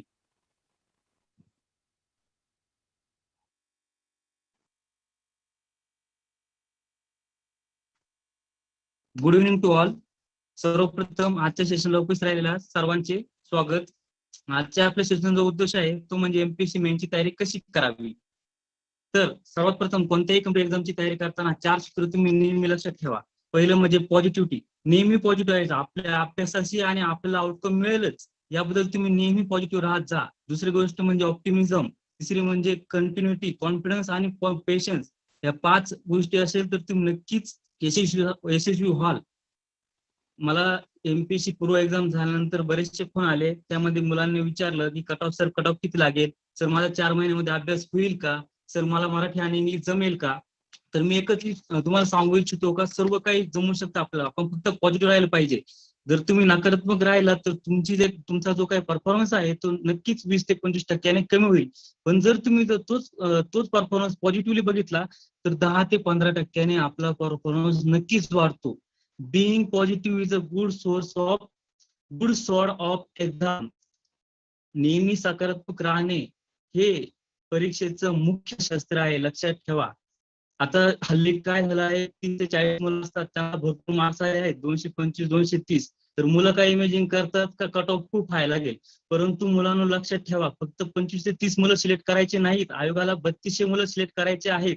त्यामुळे कट ऑफ जास्त लागेल, कट ऑफ किती लागेल याचा तुम्ही कोणत्याही प्रकारे विचार करू नका आणि लगेचच्या लगेच तुम्ही एमपीसी मुख्यची तयारीला सुरुवात करा. मी एक महाभारतातलं वाक्य म्हणू इच्छितो, कर्मण्यवादी कार्यस्तु महाफलेषु कदाचन. तुम्ही तुमच्या कर्मावर लक्ष ठेवा, तुम्हाला फळ नक्की भेटेल. आता आपण आपल्या मेन मुद्द्याकडे येऊया. एमपीसी मुख्यची तयारी कशी सुरुवात करायची. एमपीसी मुख्यची तयारी सुरुवात करताना सर्वप्रथम तुम्ही सिलेबस चांगल्या प्रकारे रीड करा. आता सिलेबस रीड करताना तुम्ही काय बघणं अपेक्षित आहे, तर तुम्ही पूर्वला कोणते टॉपिक केलेले आहेत आणि पूर्वला कोणते टॉपिक केलेले नाहीत, म्हणजे कॉमन टॉपिक कोणते आहेत आणि अनकॉमन टॉपिक कोणते आहेत ते तुम्ही पहिल्यांदा आयडेंटिफाय करा. ते झाल्यानंतर तुम्ही असं पण करू शकता की कोणत्या टॉपिकला आयोगाने किती वेटेज दिलेलं आहे आणि कोणत्या टॉपिकला आयोगाने जास्तीत जास्त प्रश्न विचारला आहे आणि कोणत्या टॉपिकला आयोगाने कमी वेटेज दिलेला आहे. परत बल्की टॉपिक्स कोणते आहे, एक्झाम्पल कॉम्प्युटर सायन्स जो आहे तो बल्की टॉपिक्स, असे सुद्धा टॉपिक तुम्ही आयडेंटिफाय करा आणि त्या अनुषंगाने तुम्ही 4 महिन्याचा एक प्लॅन तयार करा.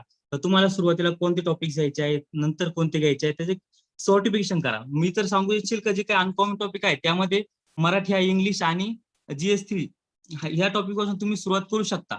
आता जीएस मराठी इंग्लिशचं करताना मला वाटतं का वैयक्तिक तुम्ही असं करा की प्रत्येक डेली मधून 2 तास तुम्ही मराठी इंग्लिश द्यायचा. इतर जो वेळ असेल तो याच्या राहण्याच्या द्या. आता कॉमन टॉपिक बद्दल मला तुम्हाला एक सांगणार राहील की कॉमन टॉपिक तुम्ही जे काही पुरवलं असतील ते करताना तुम्हाला मुख्यला करताना फक्त तुम्हाला रिव्हिजन करावे लागेल. त्या पलीकडे तुम्हाला काहीही करावं लागणार नाही. आता सिलेबस रीड झाल्यानंतर आपल्याला बुक लिस्ट चॉईस करायची आहे. तर बुक लिस्ट बद्दल माझं तुम्हाला एक म्हणणं राहील तर तुम्ही कोणत्याही सक्सेसफुल कॅन्डिडेटची बुक लिस्ट घेऊ शकता. फक्त बुक लिस्ट सिलेक्ट करताना एक लक्षात ठेवा का एका सब्जेक्टसाठी तुम्ही एकच बुक रीड करायचं. उदाहरणार्थ जर सांगायचं राहील तर मराठी त्यासाठी मुलं म्हणतात कठारे वाचू का गाठाळ वाचू का BA चे बुक्स वाचू. तर माझं एक म्हणणं आहे का तुम्ही कोणतेही एक बुक सिलेक्ट करा, कठारे किंवा गाठाळ. काही मुलं काय करतात, कठारे वाचतात, गाठाळे वाचतात, BA चे बुक वाचतात आणि टाइम घालवतात. तर तसं कोणत्याही प्रकारे करू नका. कमीत कमी एका सब्जेक्टसाठी एक बुक. आणि दुसरं एक सांगणार राहील, तुम्ही जे पूर्वला बुक केलेले आहेत म्हणजे कॉमन टॉपिक बद्दल असं सांगणार राहील की तुम्ही जे पूर्वच्या वेळेस जे बुक्स केले आहेत तेच तुम्ही मुख्यला करा. नवीन बुक करू नका. एक्झाम्पल जर सांगायचं झालं तर इकॉनॉमिक्ससाठी समजा तुम्ही कोळंबे सरांचं बुक्स केलं असेल पूर्वला तर मुख्यसाठी तुम्ही कोळंबे सरांचंच बुक करा. तुमचा वेळही वाचेल आणि ते बुक तुम्ही रिव्हिजन करशाल तर तुमचं परफेक्शन सुद्धा वाढेल. आता बुक लिस्ट सिलेक्ट केल्यानंतर आपल्याला करायचं आहे previous year question paper analysis.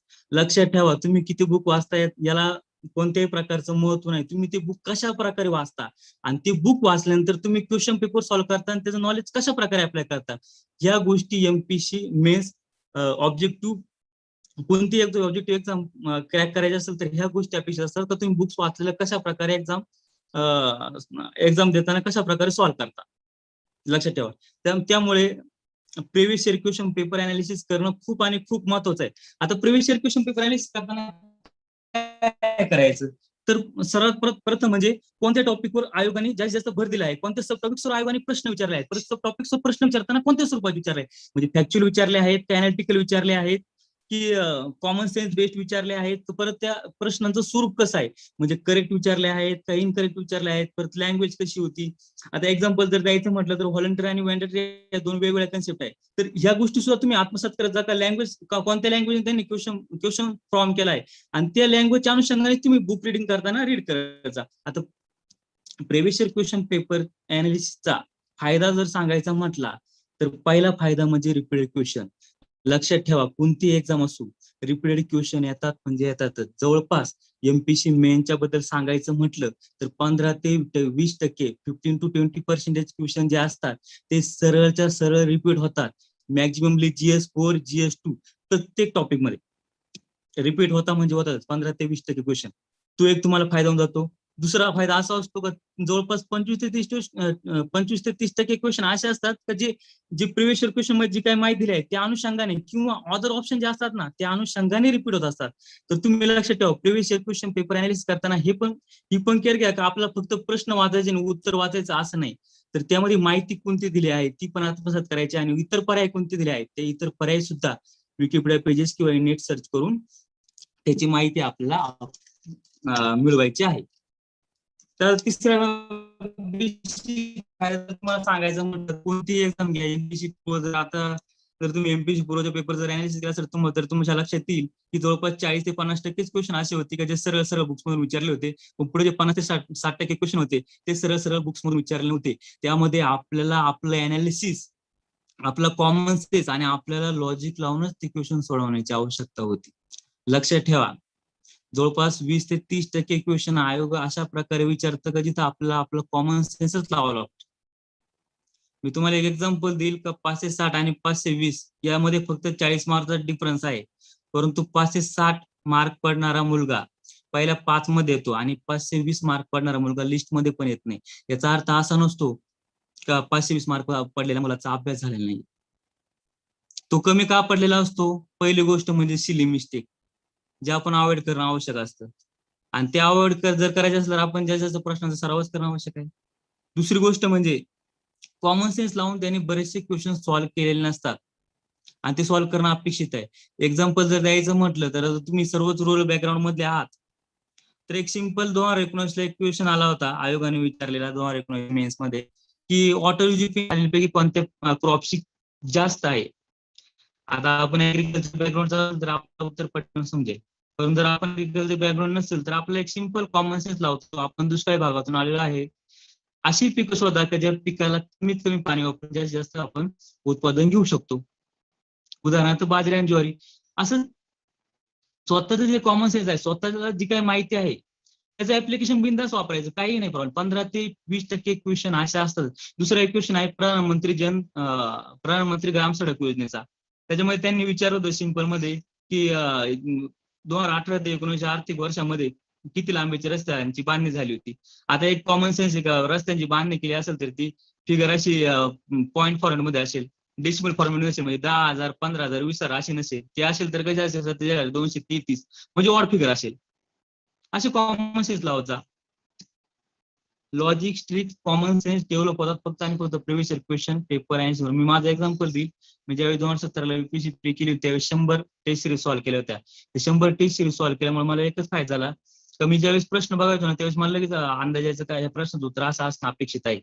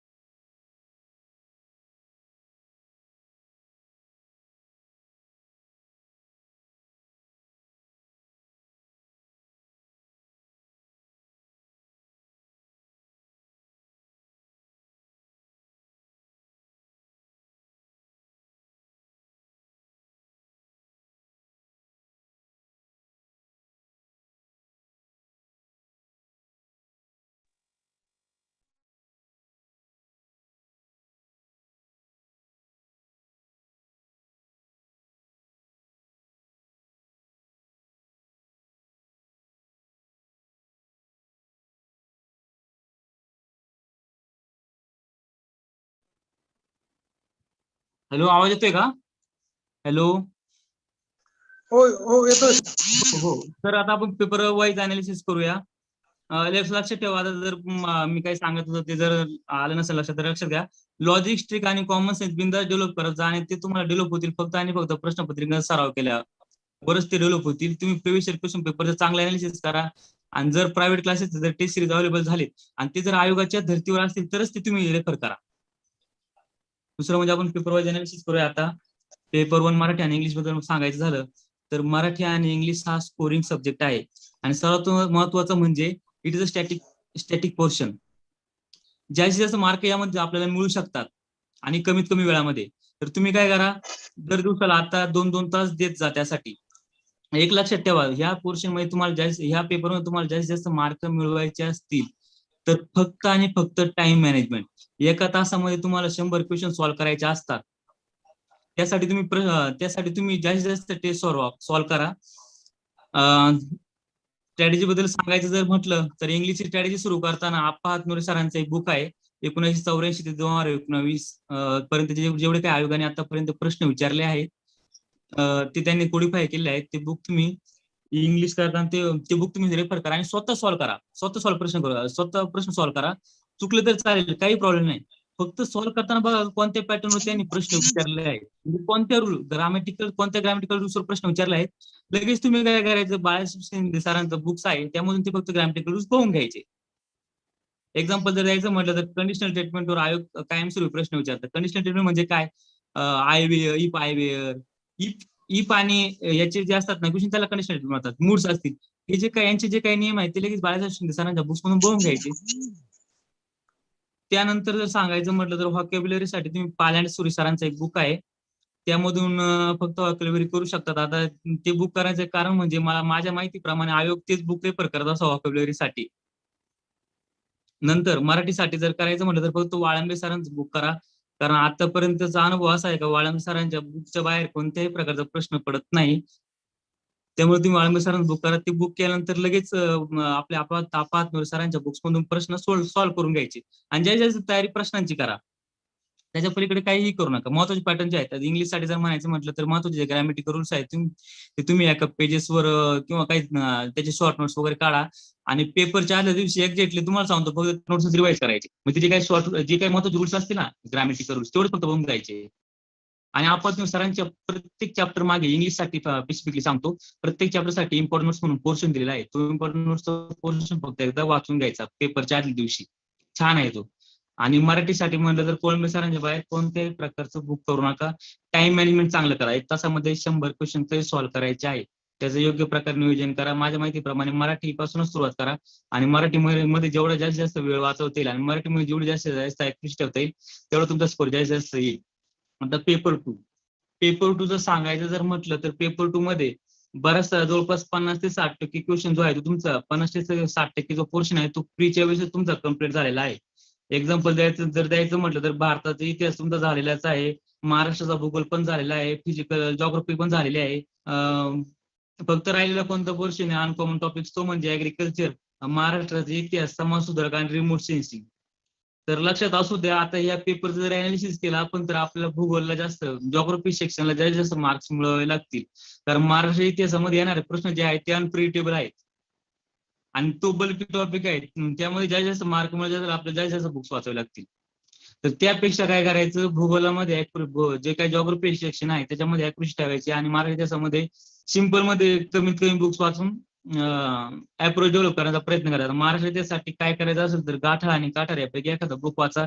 आता बुक वाचताना एक स्पेसिफिक काळजी घ्या का जे काही इम्पॉर्टंट पर्सनॅलिटी आहे, पर्सनॅलिटी म्हणजे व्यक्तिविशेष समाजकारक त्यांच्यावर त्यांचं स्वॉट अनालिसिस करायचं कधी पण. स्वॉट अनालिसिस म्हणजे काय त्यांचा जन्म काही झालाय, त्यांनी कोणत्या वर्षापासून सोशल मुवमेंट मध्ये असेल किंवा इंडिपेंडंट मुवमेंट मध्ये कोणत्या वर्षापासून ते ऍक्टिव्ह झाले, परत त्यांची आयडिओलॉजी कोणती होती, म्हणजे त्यांनी दलित चळवळीशी संबंधित होते की स्त्रिया चळवळी संबंधित होते, परत त्यांनी कुणाबरोबर राहून काम केलं, हे सगळ्या गोष्टी बघायच्या. आता जनरली काय करा माहिती का, महाराष्ट्राच्या इतिहासासाठी मी तर सांगेल का तुम्ही 21 जो प्रश्नसंच आहे ते प्रश्नसंचामध्ये मधून प्रिव्हियस इयर जे काही क्वेश्चन आले आहेत महाराष्ट्र इतिहासावरचे ते बघा. ते बघताना काय करायचं, जे काही ऑदर ऑप्शन दिले असतात ना त्या ऑदर ऑप्शन मध्ये ज्या काही पर्सनॅलिटी दिलेल्या असतात ना तर त्या पर्सनॅलिटी विकिपीडिया पेज बघायचं. आता माझं एक्झाम्पल सांगतो तुम्हाला सिम्पल मध्ये. या वर्षी रेग्युलर रघुनाथ यांच्यावर एक प्रश्न आला होता तर खालीलपैकी कोणते ते संस्कृत कोणतरी एक विद्यालय होते त्या विद्यालयामध्ये संस्कृत विषय कोण शिकवत होतं. तर सिम्पल सांगायचं म्हटलं तर तुम्ही रेग्युलर रघुनाथ यांचं जर पेज बघितलं तर त्यामध्ये दिलेलं काही it is a famous Indian mathematician, तर मग ते उत्तर असू शकत नाही. दुसरं जर सांगायचं म्हटलं तर महाराष्ट्र इतिहास वगैरे वाचताना फक्त याला पहिलं काय म्हणजे पहिलं मेडिकल कॉलेज कोणतं आहे, पहिला छापखाना कोणता आहे, पहिलं वृत्तपत्र कोणतं आहे, पहिलं काय, हे सगळं हे वाचताना याच्यावर काळजी घ्यायची का पहिलं काय हे बघायचं. आता एक्झाम्पल जर द्यायचं म्हटलं तर गेल्या वर्षी एक प्रश्न आला होता का त्यांनी विचारलं होतं कोणतरी एक फॉरेन पर्सनॅलिटी होती, त्यांनी एक इन्स्टिट्यूशन स्थापन केली होती 1832 साली. तर त्या इन्स्टिट्यूशनचं नाव काय होतं असं त्यांनी विचारलं होतं जनरली. आता तुम्हाला एवढं जरी माहित असतं ना का पहिलं मेडिकल कॉलेज 1835 साली स्थापन झाले तर तुम्ही तो कलकत्ता मेडिकल कॉलेजवाला ऑप्शन तुम्ही इलिमिट करू शकला असता आणि बाकीचे जे 2 ऑप्शन होते ते तुम्ही सहज इलिमिट करू शकले असतात. कारण एक होतं हिंदू बालिका कॉलेज आणि दुसरं म्हणजे मदरसा. मग राहिला होता फक्त पर्याय स्कॉटिश इंटरनॅशनल राहायचं. तर मग अशा पद्धतीने पहिलं काय, परत पर्सनॅलिटी स्वॉट अनालिसिस वगैरे इतिहास हिस्ट्री वगैरे रीड करताना करायचं आणि बिंदास कॉमन सेन्स वापरायचं, काही नाही टेन्शन. आता एक तिसरा एक प्रश्न मी तुम्हाला सांगू इच्छितो तो म्हणजे त्यांनी काय विचारलं, जोडा विचारलं होतं, त्याच्यामध्ये विचारलं होतं 3% सांगितल्या होत्या याच्यातल्या नॉर्थ ईस्टर्न मधल्या आणि 3% म्हणजे जे काही ट्रायबल मुवमेंट असतात ना, ट्रायबल मुवमेंट झालेल्या होत्या त्या ट्रायबल मुवमेंट वर त्यांनी प्रश्न विचारला होता आणि त्या त्यातले 3 ट्रायबल मुवमेंट होत्या नॉर्थ ईस्टर्न मधल्या आणि एक ट्रायबल मुवमेंट होती मध्य भारतामधली. तर आता आपल्याला सहज एक कॉमन सेन्स लावता येऊ शकतो का, आडनाव जे असतात ते का जरा लोकेशन वाईज असतात ना. जर नॉर्थ ईस्ट मध्ये गेले तर ते आडनाव असतील संगमा, झेलियांग वगैरे अशा टाईप मध्ये, आणि जर तुम्ही तेच मध्य इंडियामध्ये आले तर देव किंवा ठाकूर अशा प्रकारचे आडनाव तुम्हाला सापडतील. तुम्ही फक्त सिम्पल एवढं आडनावांचं जरी अनालिसिस लावलं असतं तरी तुम्हाला तो प्रश्न अप्रोच करता आला असता. आता झालं इतिहास नंतर सांगतो तुम्हाला जॉग्राफी. जॉग्राफी सुरू करताना 11वीची एनसीईआरटी जी आहे सॉरी 11वीची एनसीईआरटी आहे fundamental physical geography of world. ती एनसीईआरटी तुम्ही करा म्हणजे कराच. ती एनसीईआरटी करण्याचं कारण म्हणजे आयोग ती एनसीईआरटी रेफर करतं प्रश्नपत्रिका सेट करताना, कारण सरळ सरळ प्रश्न त्यामधून आलेले असं जाणवतात. जर तुम्हाला जर मराठीमध्ये जर वाचायचं असेल तर शारदा प्रकाशनने त्या बुकचं मराठी ट्रान्सलेशन केलेलं आहे. दुसरी गोष्ट म्हणजे जॉग्राफी करताना तुम्ही कसं करा, मॅप बेस्ड अनालिसिस करा. म्हणजे तुमच्या अभ्यासाला मॅपशी लिंक करत जा. उदाहरणार्थ द्यायचं म्हटलं तर कोकण, ज्यावेळेस तुम्ही कोकण किनारपट्टी वाचाल त्यावेळेस कोकण क्रोनॉलॉजीचा म्हणजे तुम्ही ज्यावेळेस पालघरहून खाली सिंधुदुर्गला जातात तर तुम्हाला कोणत्या नद्या लागतात, त्या प्रत्येक नद्यांवर खाड्या कोणत्या आहेत, त्या नद्यांचा उगम कुठे होतो, त्या कोणत्या घाटामध्ये उगम होतात, ह्या गोष्टी तुम्ही एकमेकांशी लिंक केला ना तर तुम्हाला चांगल्या प्रकारे लक्षात राहतात आणि तुम्ही त्याच्या अनुषंगाने जॉग्राफीचे क्वेश्चन सुद्धा सॉल्व्ह करू शकतात. आता नेक्स्ट टॉपिक आहे ऍग्रिकल्चर. ऍग्रिकल्चर टॉपिक करताना मुलांची बेसिक चूक अशी होती की ऍग्रिकल्चर टॉपिक मुलं सिलेबस सोडून इतर गोष्टी जास्त वाचत बसतात. तर माझं तर म्हणणं राहील की ऍग्रिकल्चर टॉपिक करताना तुम्ही सिलेबसला धरूनच वाचा, त्याच्या पलीकडे कोणतेही वाचू नका. जर सांगायचं म्हटलं तर ऍग्रिकल्चरला कात्यान सरांचं बुकही आहे, गारगोटे सरांचं बुक आहे. कात्यान सरांचं इंग्लिशमध्ये आहे, गारगोटे सरांचं मराठीमध्ये आहे. कोणतंही एक चॉईस करा, पण चॉईस करताना लक्षात ठेवा सिलेबसच्या पॉईंटला धरूनच करा. सॉईल आणि वॉटर मॅनेजमेंटशी संबंधित जे काही टॉपिक आहेत तेच टॉपिक तुम्ही करा. बाकीचे टॉपिक करत बसू नका, वायफाय मध्ये वेळ जाईल आणि आउटपुटही राहणार नाही. आता दुसरं गोष्ट म्हणजे ऍग्रिकल्चर टॉपिक जरी सांगायचं जर झालं तर गारगोटे सरांच्या पुस्तकाच्या शेवटला त्यांनी 2012 ते 2019 जे काही प्रश्नपत्रिका जे काही 2012 ते 2019 मध्ये जे काही ऍग्रिकल्चरचे प्रश्न विचारले आहेत ते त्यांनी क्वालिफाय केले आहेत. तर तुम्ही ते जे प्रश्न आहेत ते गारगोटे सरांच्या बुक्स मध्ये करून घ्या. त्यानंतर तुम्हाला सांगायचं झालं तर ऍग्रिकल्चर टॉपिकची शॉर्ट नोट्स काढा. शॉर्ट नोट्स काढा म्हणजे फॅक्ट फॅक्ट काढून घ्या आणि पेपरच्या दिवशी तीच रिवाइज करा. आणि त्याच्या पलीकडे जाऊन सांगायचं तर तुम्हाला ऍग्रिकल्चर टॉपिकचे प्रश्न सॉल्व्ह करताना तुमच्या रुरल बॅकग्राऊंडचा रुरल बॅकग्राऊंड अशी संबंध असणार नॉलेजचा बिनधास्तपणे वापर करा. एक्झाम्पल द्यायचं म्हटलं तर 2017 ला एक प्रश्न आला होता, युरियामध्ये नायट्रोजनचं प्रमाण किती आहे. तुम्ही जर युरियाची गोंद जर वापरली असेल तर तुम्हाला युरियाच्या गोंदच्या पहिल्याच हेडिंगला 46% दिसेल. याचा अर्थ 46% नायट्रोजनचं प्रमाण युरियामध्ये असतात.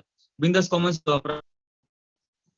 आता दुसरा paper 2 GS2 is a Koring subject, कारण 120 ते जवळपास 120 ते 125 प्रश्न असे असतात का जे बुक मधूनच येतात. तर सांगायचं जर तुम्हाला बुक लिस्ट सांगायची म्हटली तर एम लक्ष्मीकांत, तुम्ही जे काही पूर्व क्वालिटीसाठी तुम्ही पूर्वला जे काही बुक वाचलेले आहेत, कोळंबे सरांचं वाचलं असेल किंवा मग एम लक्ष्मीकांतचं पॉलिटिक्स इंग्लिश मध्ये वाचलं असेल किंवा मग त्याच केसाकरनी ट्रान्सलेशन केलेलं आहे ते जर वाचलं असेल तर तुम्ही तेच वाचा. नवीन कोणत्याही प्रकारचं बुक वाचू नका. आता जे काही अनकॉमन टॉपिक आहेत पेपर 2 मध्ये, ते अनकॉमन टॉपिक जर तुम्हाला सांगायचे जर झाले तर पहिला अनकॉमन टॉपिक म्हणजे जिल्हा प्रशासन, लोकसेवा झालं, शिक्षण व्यवस्थापन झालं, पंचायत राज झालं, कायदे झालं, निवडणूक प्रक्रिया झालं, पक्षाबाबत झालं. तर हे जे काही पोर्शन आहेत ते डायनॅमिक आहे. त्या पोर्शन साठी तुम्हाला बुक लिस्ट सांगायचं म्हटली तर जिल्हा प्रशासन, लोकसेवा आणि सेक्रेटरीएट यासाठी आपलं एम लक्ष्मीकांतचं गव्हर्नन्सचं बुक आहे. एम लक्ष्मीकांत गव्हर्नन्सच्या बुक मध्ये ते टॉपिक तुम्ही करू शकता. चॅप्टर 3 ते चॅप्टर 1. आणि ते टॉपिक करताना काय करायचं, फॅक्ट वर फोकस राहून द्यायचा आणि शक्यतो याचे शॉर्ट नोट्स काढून घ्यायचे 4 ते 5 पेजेस मध्ये. एम लक्ष्मीकांत गव्हर्नन्स बुक मधून हे जे काही टॉपिक दिले आहेत चॅप्टर 3 ते चॅप्टर 8 त्याचे शॉर्ट नोट्स तुम्ही काढून ठेवा. आता काय करायचं, पेपरच्या आदल्या दिवशी म्हणजे ज्यावेळेस GS1 आणि GS2 चा पेपर असेल ना, सॉरी मराठी इंग्लिशचा पेपर झाल्यानंतर तुम्ही फक्त शॉर्ट नोट्स रिवाइज करायचे. कारण काय असतं, शॉर्ट जे काही फॅक्ट असतात ते आपल्या लॉंग टर्म मेमरीमध्ये राहत नाही, शॉर्ट टर्म मेमरीमध्ये राहतात. तर त्यामुळे तुम्ही पेपरच्या जर आदल्या दिवशी फक्त ते शॉर्ट नोट्स जर तुम्ही रिवाइज केले तर चांगलंच राहील. आता पुढे जाऊन पंचायत राज व्यवस्था हा टॉपिक आहे. पंचायत राज व्यवस्थेसाठी तुम्ही लवटी सरांचं बुक वाचू शकता.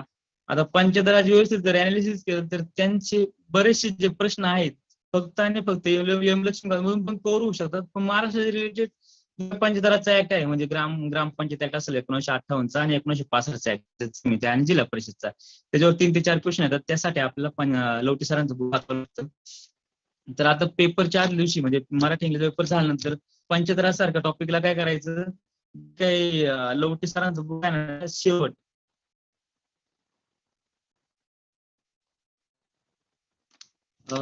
पंचतरा जोशीसाठी लवटे सरांचं बुक वाचा. लवटे सरांच्या पंचतरा जोशीसाठी तुम्ही लवटे सरांचं बुक वाचा.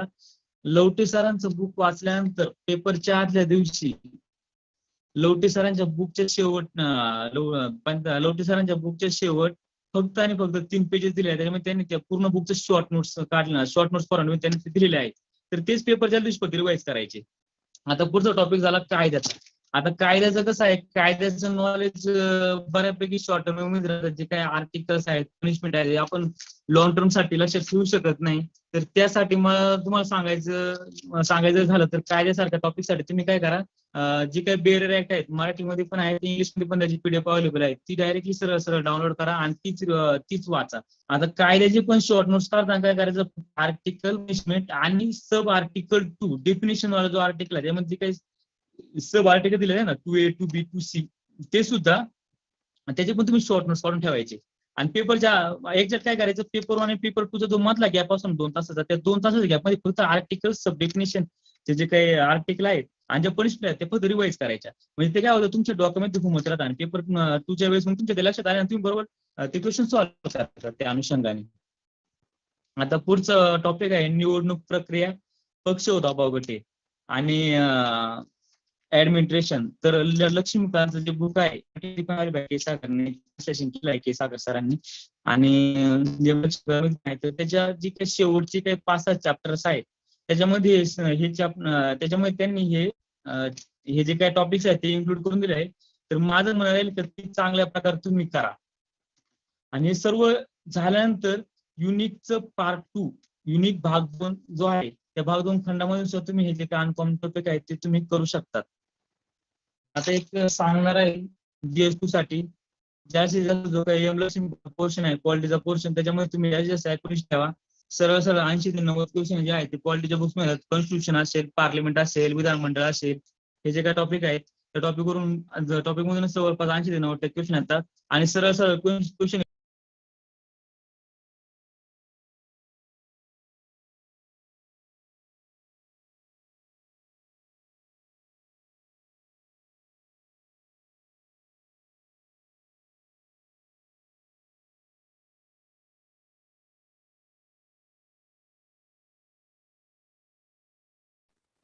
हॅलो, आवाज येतोय ना?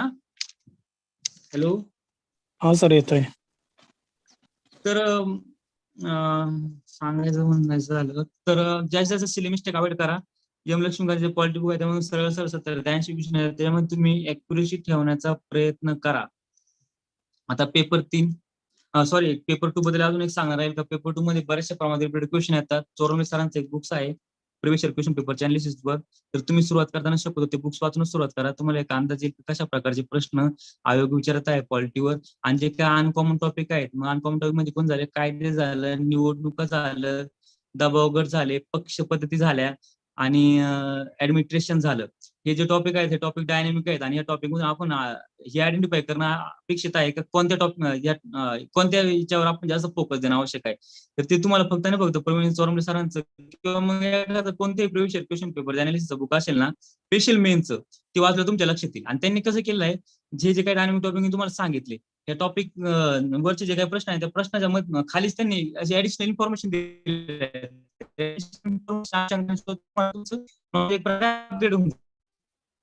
आता पुढचं आहे पेपर 3. पेपर 3 टॉपिक हा पूर्णतः अनकॉमन आहे.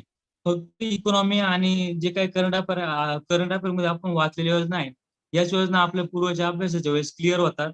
आणि मी तुम्हाला सांगतो की पेपर 3 मध्ये जास्तीत जास्त भर असतो योजनांवर.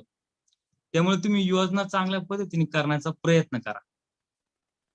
त्या पलीकडे जाऊन पेपर 3 मध्ये मुलांची बेसिक चूक अशी होती की मुलं जास्तीत जास्त बुक्स वाचण्याचा प्रयत्न करतात. तर मी तर तुम्हाला सांगितलं कमीत कमी बुक वाचा आणि जास्तीत जास्त अनालिसिस करा paper. All of the above कधी मारायचं किंवा ऑल ऑफ द अबोव कधी नाही मारायचं, या गोष्टी तुम्हाला कळणं खूप अपेक्षित आहे. एक सिंपल एक्झाम्पल देतो एनसीईआरटीचं. एक प्रिव्हियस इयरला त्यांनी एक क्वेश्चन विचारला होता का एनसीईआरटीचे उद्दिष्ट कोणते आहे. आता मी तुम्हाला सांगू का, जवळपास HRD मध्ये 40 ते 50% क्वेश्चन असेच असतात. उद्दिष्ट काय आहेत, हेतू कोणता आहे, किंवा ह्या योजनेचं फलनिश्चिती काय होती, अशा टाईपचे क्वेश्चन असतात. आता अशा टाईपच्या क्वेश्चन मध्ये तुम्हाला स्वतःच फक्त अनालिसिस वापरायचे.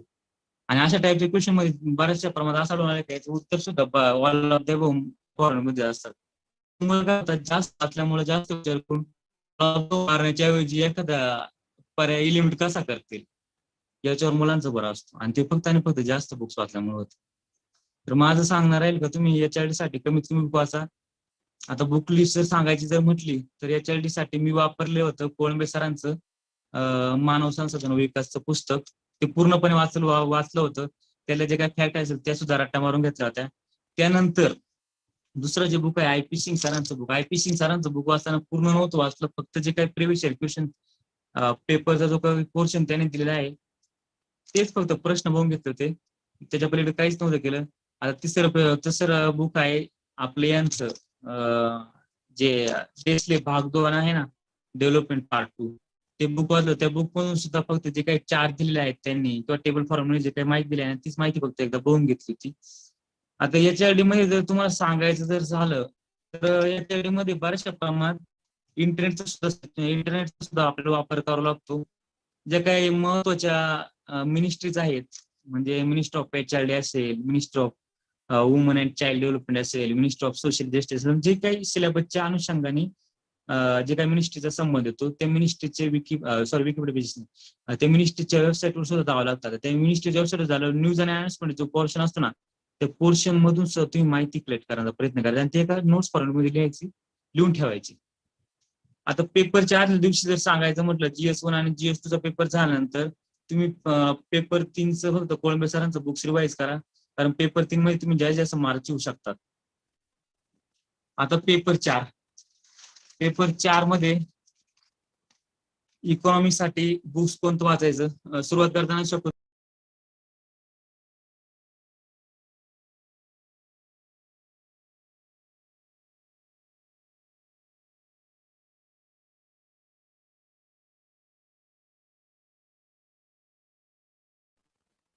जे काही प्रिव्हियस क्वेश्चन पेपरचं अनालिसिस बुक आहे चोरमले सरांचं, ते घेऊन तुम्ही सुरुवात करा. आता ते घेण्याचा एक फायदा असा की पेपर 4ला रिपीटेड क्वेश्चन भरपूर प्रमाणात येतात, मग ते सरळ येतात किंवा पर्यायाच्या अनुषंगाने येतात.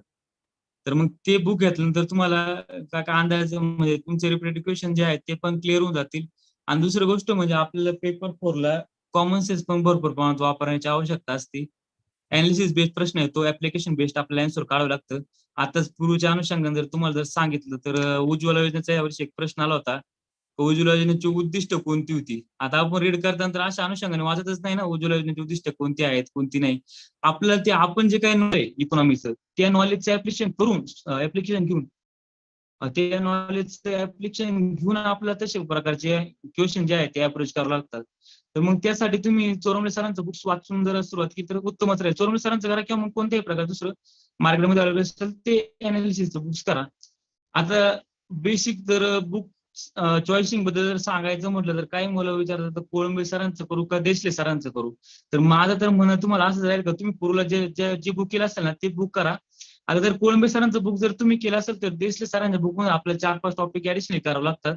ते म्हणजे पहिला टॉपिक आहे याचा कृषी अर्थव्यवस्थेचा, दुसरा आहे सहकार, तिसरा आहे पंचायत 5 इयर प्लॅन पंचवार्षिक योजना, चौथा आहे आंतरराष्ट्रीय व्यापार आणि 5वा सर्वात महत्वाचा टॉपिक म्हणजे प्रत्येक देशले सरांच्या बुक्स मधलं जे काय देशले सरांच्या बुक्स मधला प्रत्येक जो काही टॉपिक आहे त्या टॉपिकच्या पहिल्या पेज मध्ये त्यांनी काही इकॉनॉमिकल थिअरीज दिलेल्या आहेत, इकॉनॉमिकल सायंटिस्ट दिलेला आहे.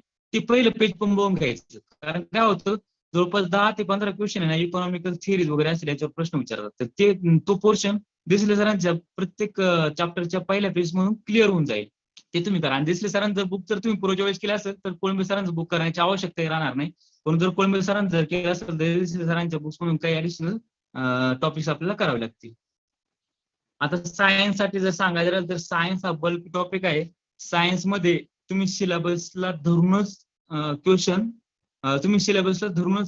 टॉपिक करण्याचा प्रयत्न करा. आता मी तर सांगेल न्यूक्लिअर सायन्स असेल, परत स्पेस सायन्स असेल, एनर्जी असेल, या टॉपिकसाठी तुम्ही कोळंबे सायन्सचं मराठीचं पुस्तक आहे. कमी 30 ते 40 पेज आहे. ते 30 ते 40 पेज बघून घ्या. आता स्पेस सायन्स साठी आपल्याला इस्रोची वेबसाईट बघावी लागते. इस्रोच्या वेबसाईट मध्ये जे काही नवीन ते लॉन्च केलेले मिशन असतील ते कोणत्या डेटला लॉन्च केले वगैरे ते बघा.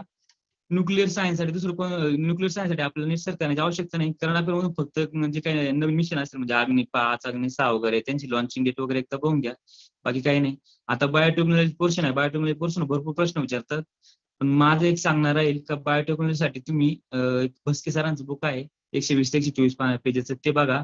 आणि बायोटेक्नॉलॉजीचे बुक्स बायोटेक्नॉलॉजीचे प्रश्न अप्रोच करताना एक लक्षात ठेवा, जे काही करंट अफेअर असेल करंट अफेअर मध्ये एखादी मायक्रोब्स दिली म्हणजे नवीन पेशीज दिली होती ती पेशीची माहिती कलेक्ट करायचा प्रयत्न करायचा किंवा एखादं समजा सायंटिस्ट इनोव्हेशन असेल बायोटेक्नॉलॉजी मधलं तर ती पण माहिती तुम्ही लक्षात ठेवण्याचा प्रयत्न करायचा. कारण करंटच्या अनुषंगाने सुद्धा बायोटेक्नॉलॉजीला प्रश्न विचारतात.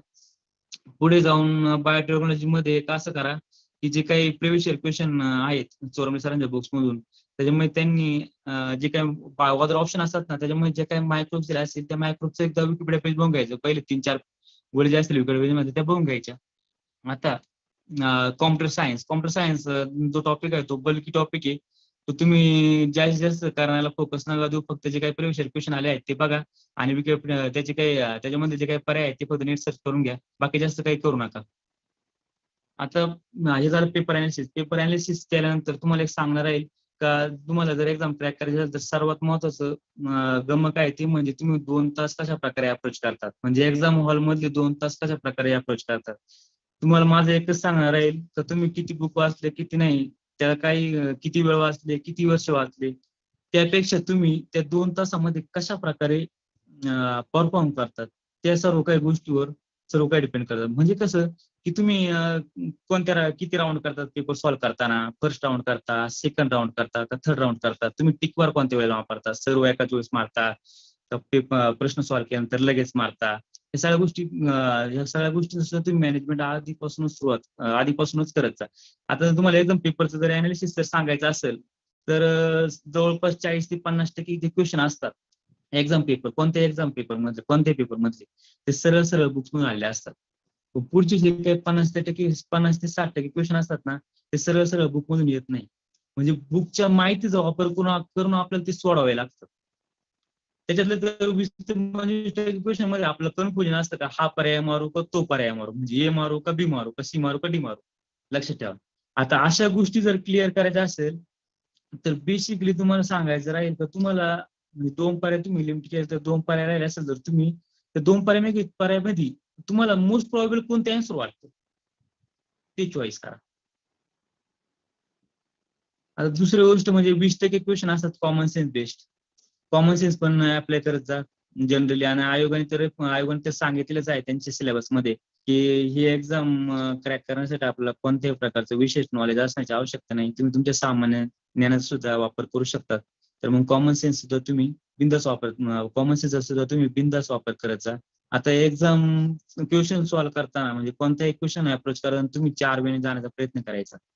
सगळ्यात पहिल्यांदा म्हणजे क्वेश्चन आल्यानंतर काय करायचं सगळ्यात पहिलं म्हणजे सुरुवातीला तुम्हाला त्या क्वेश्चन बद्दल नॉलेज आहे का, मी तुम्हाला त्याबद्दलची माहिती आहे का.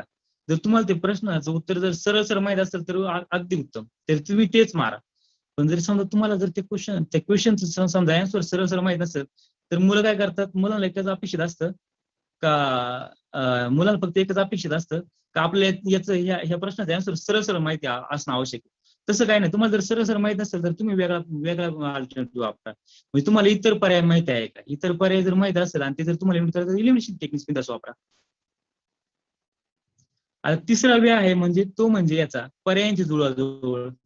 काय होतं स्टेटमेंट स्वरूपात जे काही प्रश्न स्वरूपात असलेले जे प्रश्न असतात त्या पर्यायामध्ये आपण पर्याय जे असतात ते खाली दिलेले म्हणजे फक्त यांची जुळवाजुळव होती का त्या अनुषंगाने सुद्धा वापर ह्याचा सुद्धा वापर करायचा. म्हणजे समजा एक्झाम्पल काय असतं काही प्रश्नामध्ये कसं असतं ब आणि क पर्याय जे असतात ते बरोबर घेणंच आपल्याला अपेक्षित असतं. एक्झाम्पल जर सांगायचं म्हटलं तर 2018 मध्ये एक क्वेश्चन आला होता कंबाईनला.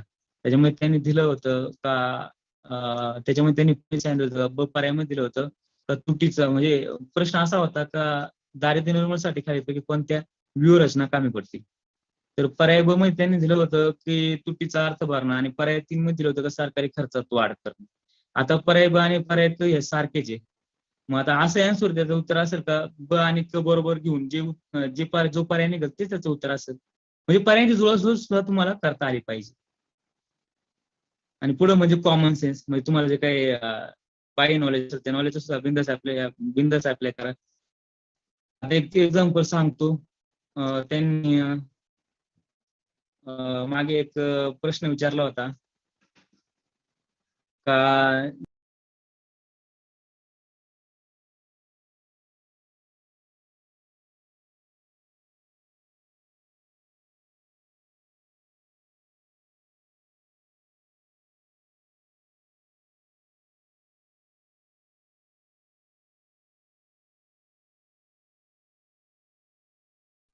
हॅलो, आवाज येतोय ना? Hello hello. हा सर, येतोय आवाज. हो, तर लक्षात ठेवा.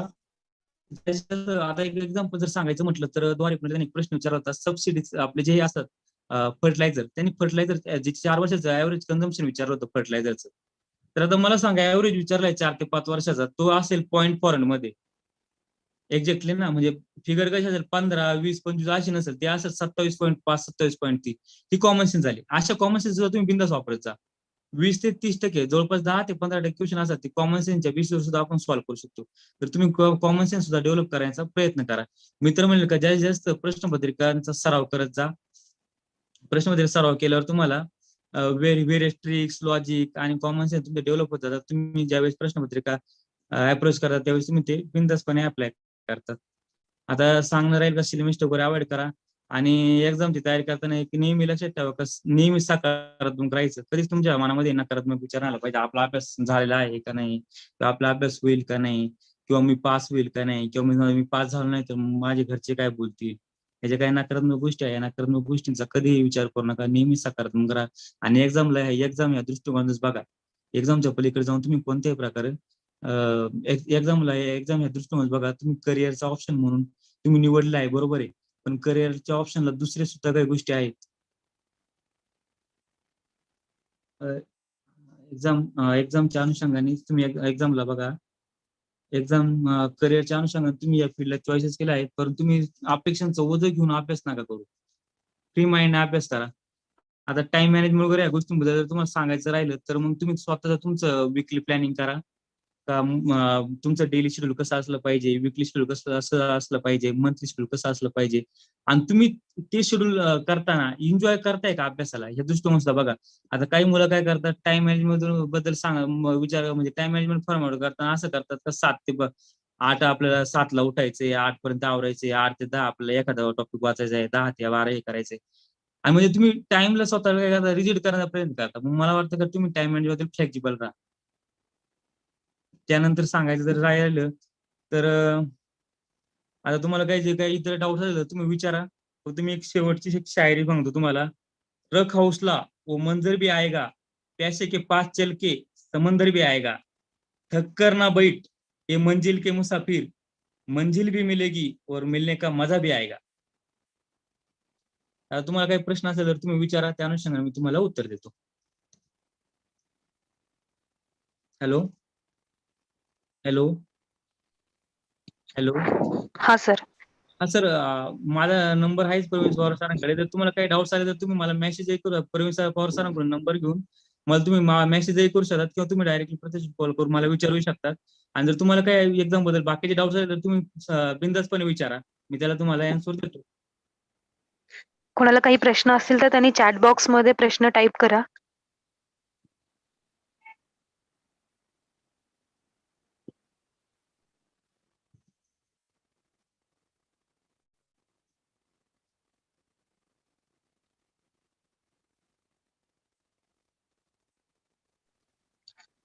सर, एक प्रश्न आला, इकॉनॉमिक सब्जेक्टची स्ट्रॅटेजी सांगा असा. इकॉनॉमिक सब्जेक्ट स्ट्रॅटेजी का? तर आता इकॉनॉमिक सब्जेक्टची स्ट्रॅटेजी करताना माझं म्हणणं असं राहील का, तुम्ही GS4 साठी विचारत असाल तर का पूर्वसाठी विचारता, आता एक्झॅक्टली काय करा. GS4 साठी जर तुम्ही विचारत असाल तर सुरुवात करताना तुम्ही चोरमले सरांचं बुक वाचा. चोरमले सरांचं बुक वाचल्यानंतर तुम्हाला लक्षात येईल का इकॉनॉमीला कशा प्रकारचे प्रश्न विचारत आहेत, आणि जवळपास रिपीटेड क्वेश्चन इकॉनॉमीमध्ये भरपूर प्रमाणात असतात. तर तुमचे त्याच्यामधून सुद्धा क्लिअर होऊन जाईल. आणि बुक जर तुम्हाला वाचायचं असेल तर तुम्ही जे काही प्रीला वाचले असेल, कोळंबे सरांचं वाचलं असेल तर कोळंबे सरांचंच कंटिन्यू करा. देसले सरांचं वाचलं असेल तर देसले सरांचं सॉरी कोळंबे सरांचं जर वाचलं असेल तर देसले सरांच्या बुक्स मधून काही 4 ते 5 जे क्वेश्चन आहेत, जे सॉरी 4 ते 5 जे टॉपिक आहेत, जे तुम्हाला सांगितले, कृषी अर्थव्यवस्था आहे, सहकार आहे, आंतरराष्ट्रीय व्यापार आहे, पुन्हा आंतरराष्ट्रीय सॉरी पंचवार्षिक योजना आहे, पुन्हा प्रत्येक चॅप्टर जो आहे देसले सरांच्या बुक्स मधला त्याचं पहिलं चॅप्टर मधून इकॉनॉमिकल थिरीज वगैरे वाचून घ्यायच्या. आणि जर देसले सरांचं बुक्स वाचलं तर इतर कोणत्याही प्रकारचं करण्याची आवश्यकता नाही. आता इकॉनॉमी मध्ये करताना फक्त बेसिक लक्षात ठेवा, बेसिक फक्त लक्षात ठेवा, इकॉनॉमी करताना कधी पण सिक्वेन्सनी करायचं. म्हणजे पहिला टॉपिक झाल्यानंतर दुसरा करा, दुसरा नंतर तिसरा करा, तर तुम्हाला ते सिक्वेन्स लक्षात येईल. आणि कम्प्युटर स्टडी करा. म्हणजे समजा आता एक्झाम्पल जर द्यायचं म्हटलं तर कन्झ्युमर प्राइस इंडेक्स आहे, होलसेल प्राइस इंडेक्स आहे. आता तुम्ही ह्या गोष्टी लक्षात ठेवल्या तर ह्या दोन्हीला एकमेकांशी कम्पेअर करा आणि मग लक्षात ठेवा. पुढे पुढे सर न्यूजपेपर रीडिंग किंवा न्यूजपेपरचा स्टडी कशा पद्धतीने करायचा असा क्वेश्चन आहे एक. ऍक्च्युली जर न्यूजपेपरचा स्टडी करायचा असेल तर तुम्ही डेली लोकसत्ता वगैरे वाचू शकतात. आता न्यूजपेपरचा स्टडी करताना एक लक्षात ठेवा, काही मुलं काय करतात, न्यूजपेपर स्टडी करताना सर्व न्यूज वाचण्याचा प्रयत्न करतात. म्हणजे बॉलिवूडचे न्यूज असेल, स्पोर्टचे न्यूज असतील, स्पोर्टचे न्यूज तर वाचावं लागतील आपल्याला, बॉलिवूडची न्यूज वगैरे असतील किंवा इतर राजकीय न्यूज वगैरे असेल, यांच्यावर पण त्यांचा भर असतो. पण मला म्हणणं राहील का तुम्ही जर सिलेबस वाचला असेल ना, सिलेबसच्या अनुषंगाने आणि प्रिव्हियस इयरला कशा प्रकारचे क्वेश्चन विचारतात त्या अनुषंगाने तुम्ही दररोज डेली जो न्यूजपेपर वाचाल लोकसत्ता वगैरे त्या अनुषंगानेच वाचा. आणि मंथ एंडिंगला एक यशाची परिक्रमा किंवा कोणत्याही यशाची परिक्रमा जी काही मॅगझिन आहे मंथली ते वाचायचं. आणि पूर्ण इयर झाल्यानंतर साधारणतः 10 ते 15 जानेवारीच्या दरम्यान सकाळ असेल किंवा अभिनव प्रकाशन असेल यांचं एक वार्षिक येतं, वार्षिकी फक्त एकदा रिवाईज करून घ्यायचं. आणि पेपरच्या अनुषंगाने जर सांगायचं म्हटलं तर पेपर पूर्वज असेल तर पूर्वच्या पेपरच्या आधी फक्त वार्षिकीच रिवाईज करा, बाकी काही रिवाईज करू नका. पुढे ठीक आहे. बाकी बऱ्याच जणांचे खूप सारे प्रश्न आहेत, तर सरांनी त्यांचा नंबर शेअर केलेला आहे 9422562981. चॅट बॉक्स मध्ये सरांनी नंबर दिलेला आहे. त्या नंबरवरती जर तुमच्या काही शंका असतील तर सरांना तुम्ही विचारू शकता. धन्यवाद सर. तयारी welcome. करत असताना पॉझिटिव्हिटी, कंटिन्युटी आणि पॅशन या सगळ्या गोष्टी लक्षात घेऊन आपण सकारात्मक दृष्टिकोन ठेवून परीक्षेची तयारी करावी असं सरांनी आपल्याला सांगितलं. तसेच स्टडी करत असताना सब्जेक्टिव्ह वाईज स्ट्रॅटेजी लक्षात घेऊनच स्टडी करावी. आणि प्रत्येक स्पर्धा परीक्षेचा अभ्यास करत असताना टाइम मॅनेजमेंट नुसार स्टडी करणं अत्यंत उपयुक्त ठरतं. तसेच प्रिव्हियस इयर क्वेश्चन पेपर जे आहे ते तितकेच महत्वाचे आहे ज्यावेळेस आपण पेपरसाठी स्टडी करत आहोत. त्यानंतर कॉमन सेन्सच्या आधारावरती आपण बरेच सारे क्वेश्चन्स टॅकल करू शकतो असं सरांनी त्यांच्या अनुभवातून आपल्याला सांगितलेलं आहे. तसेच इलिमिनेशन मेथड किंवा इलिमिनेशन मेथड थ्रू सुद्धा काही प्रश्न आपल्याला टॅकल करता येऊ शकतात. यात सरांनी आपल्याला त्यांच्या अनुभवातून सरांनी व्यक्त केलेलं आहे. त्याच पद्धतीने प्रिलिमिनरी एक्झाम आणि मेन्स एक्झाम यामध्ये असणारे जे काही सब्जेक्ट्स आहेत पेपर वाईज सरांनी अतिशय चांगल्या पद्धतीने आपल्याला समजावून सांगितलेलं आहे. आणि तसेच परीक्षा शेवटी ज्यावेळेस आपला अभ्यास होतो त्यावेळेस परीक्षा कक्षामध्ये जात असताना आपली 2 तासाची जी काही भूमिका आहे ती कशी असावी याबद्दल सुद्धा सरांनी अगदी चांगल्या पद्धतीने आपल्याला मार्गदर्शन केलं आहे. धन्यवाद सर. वेलकम.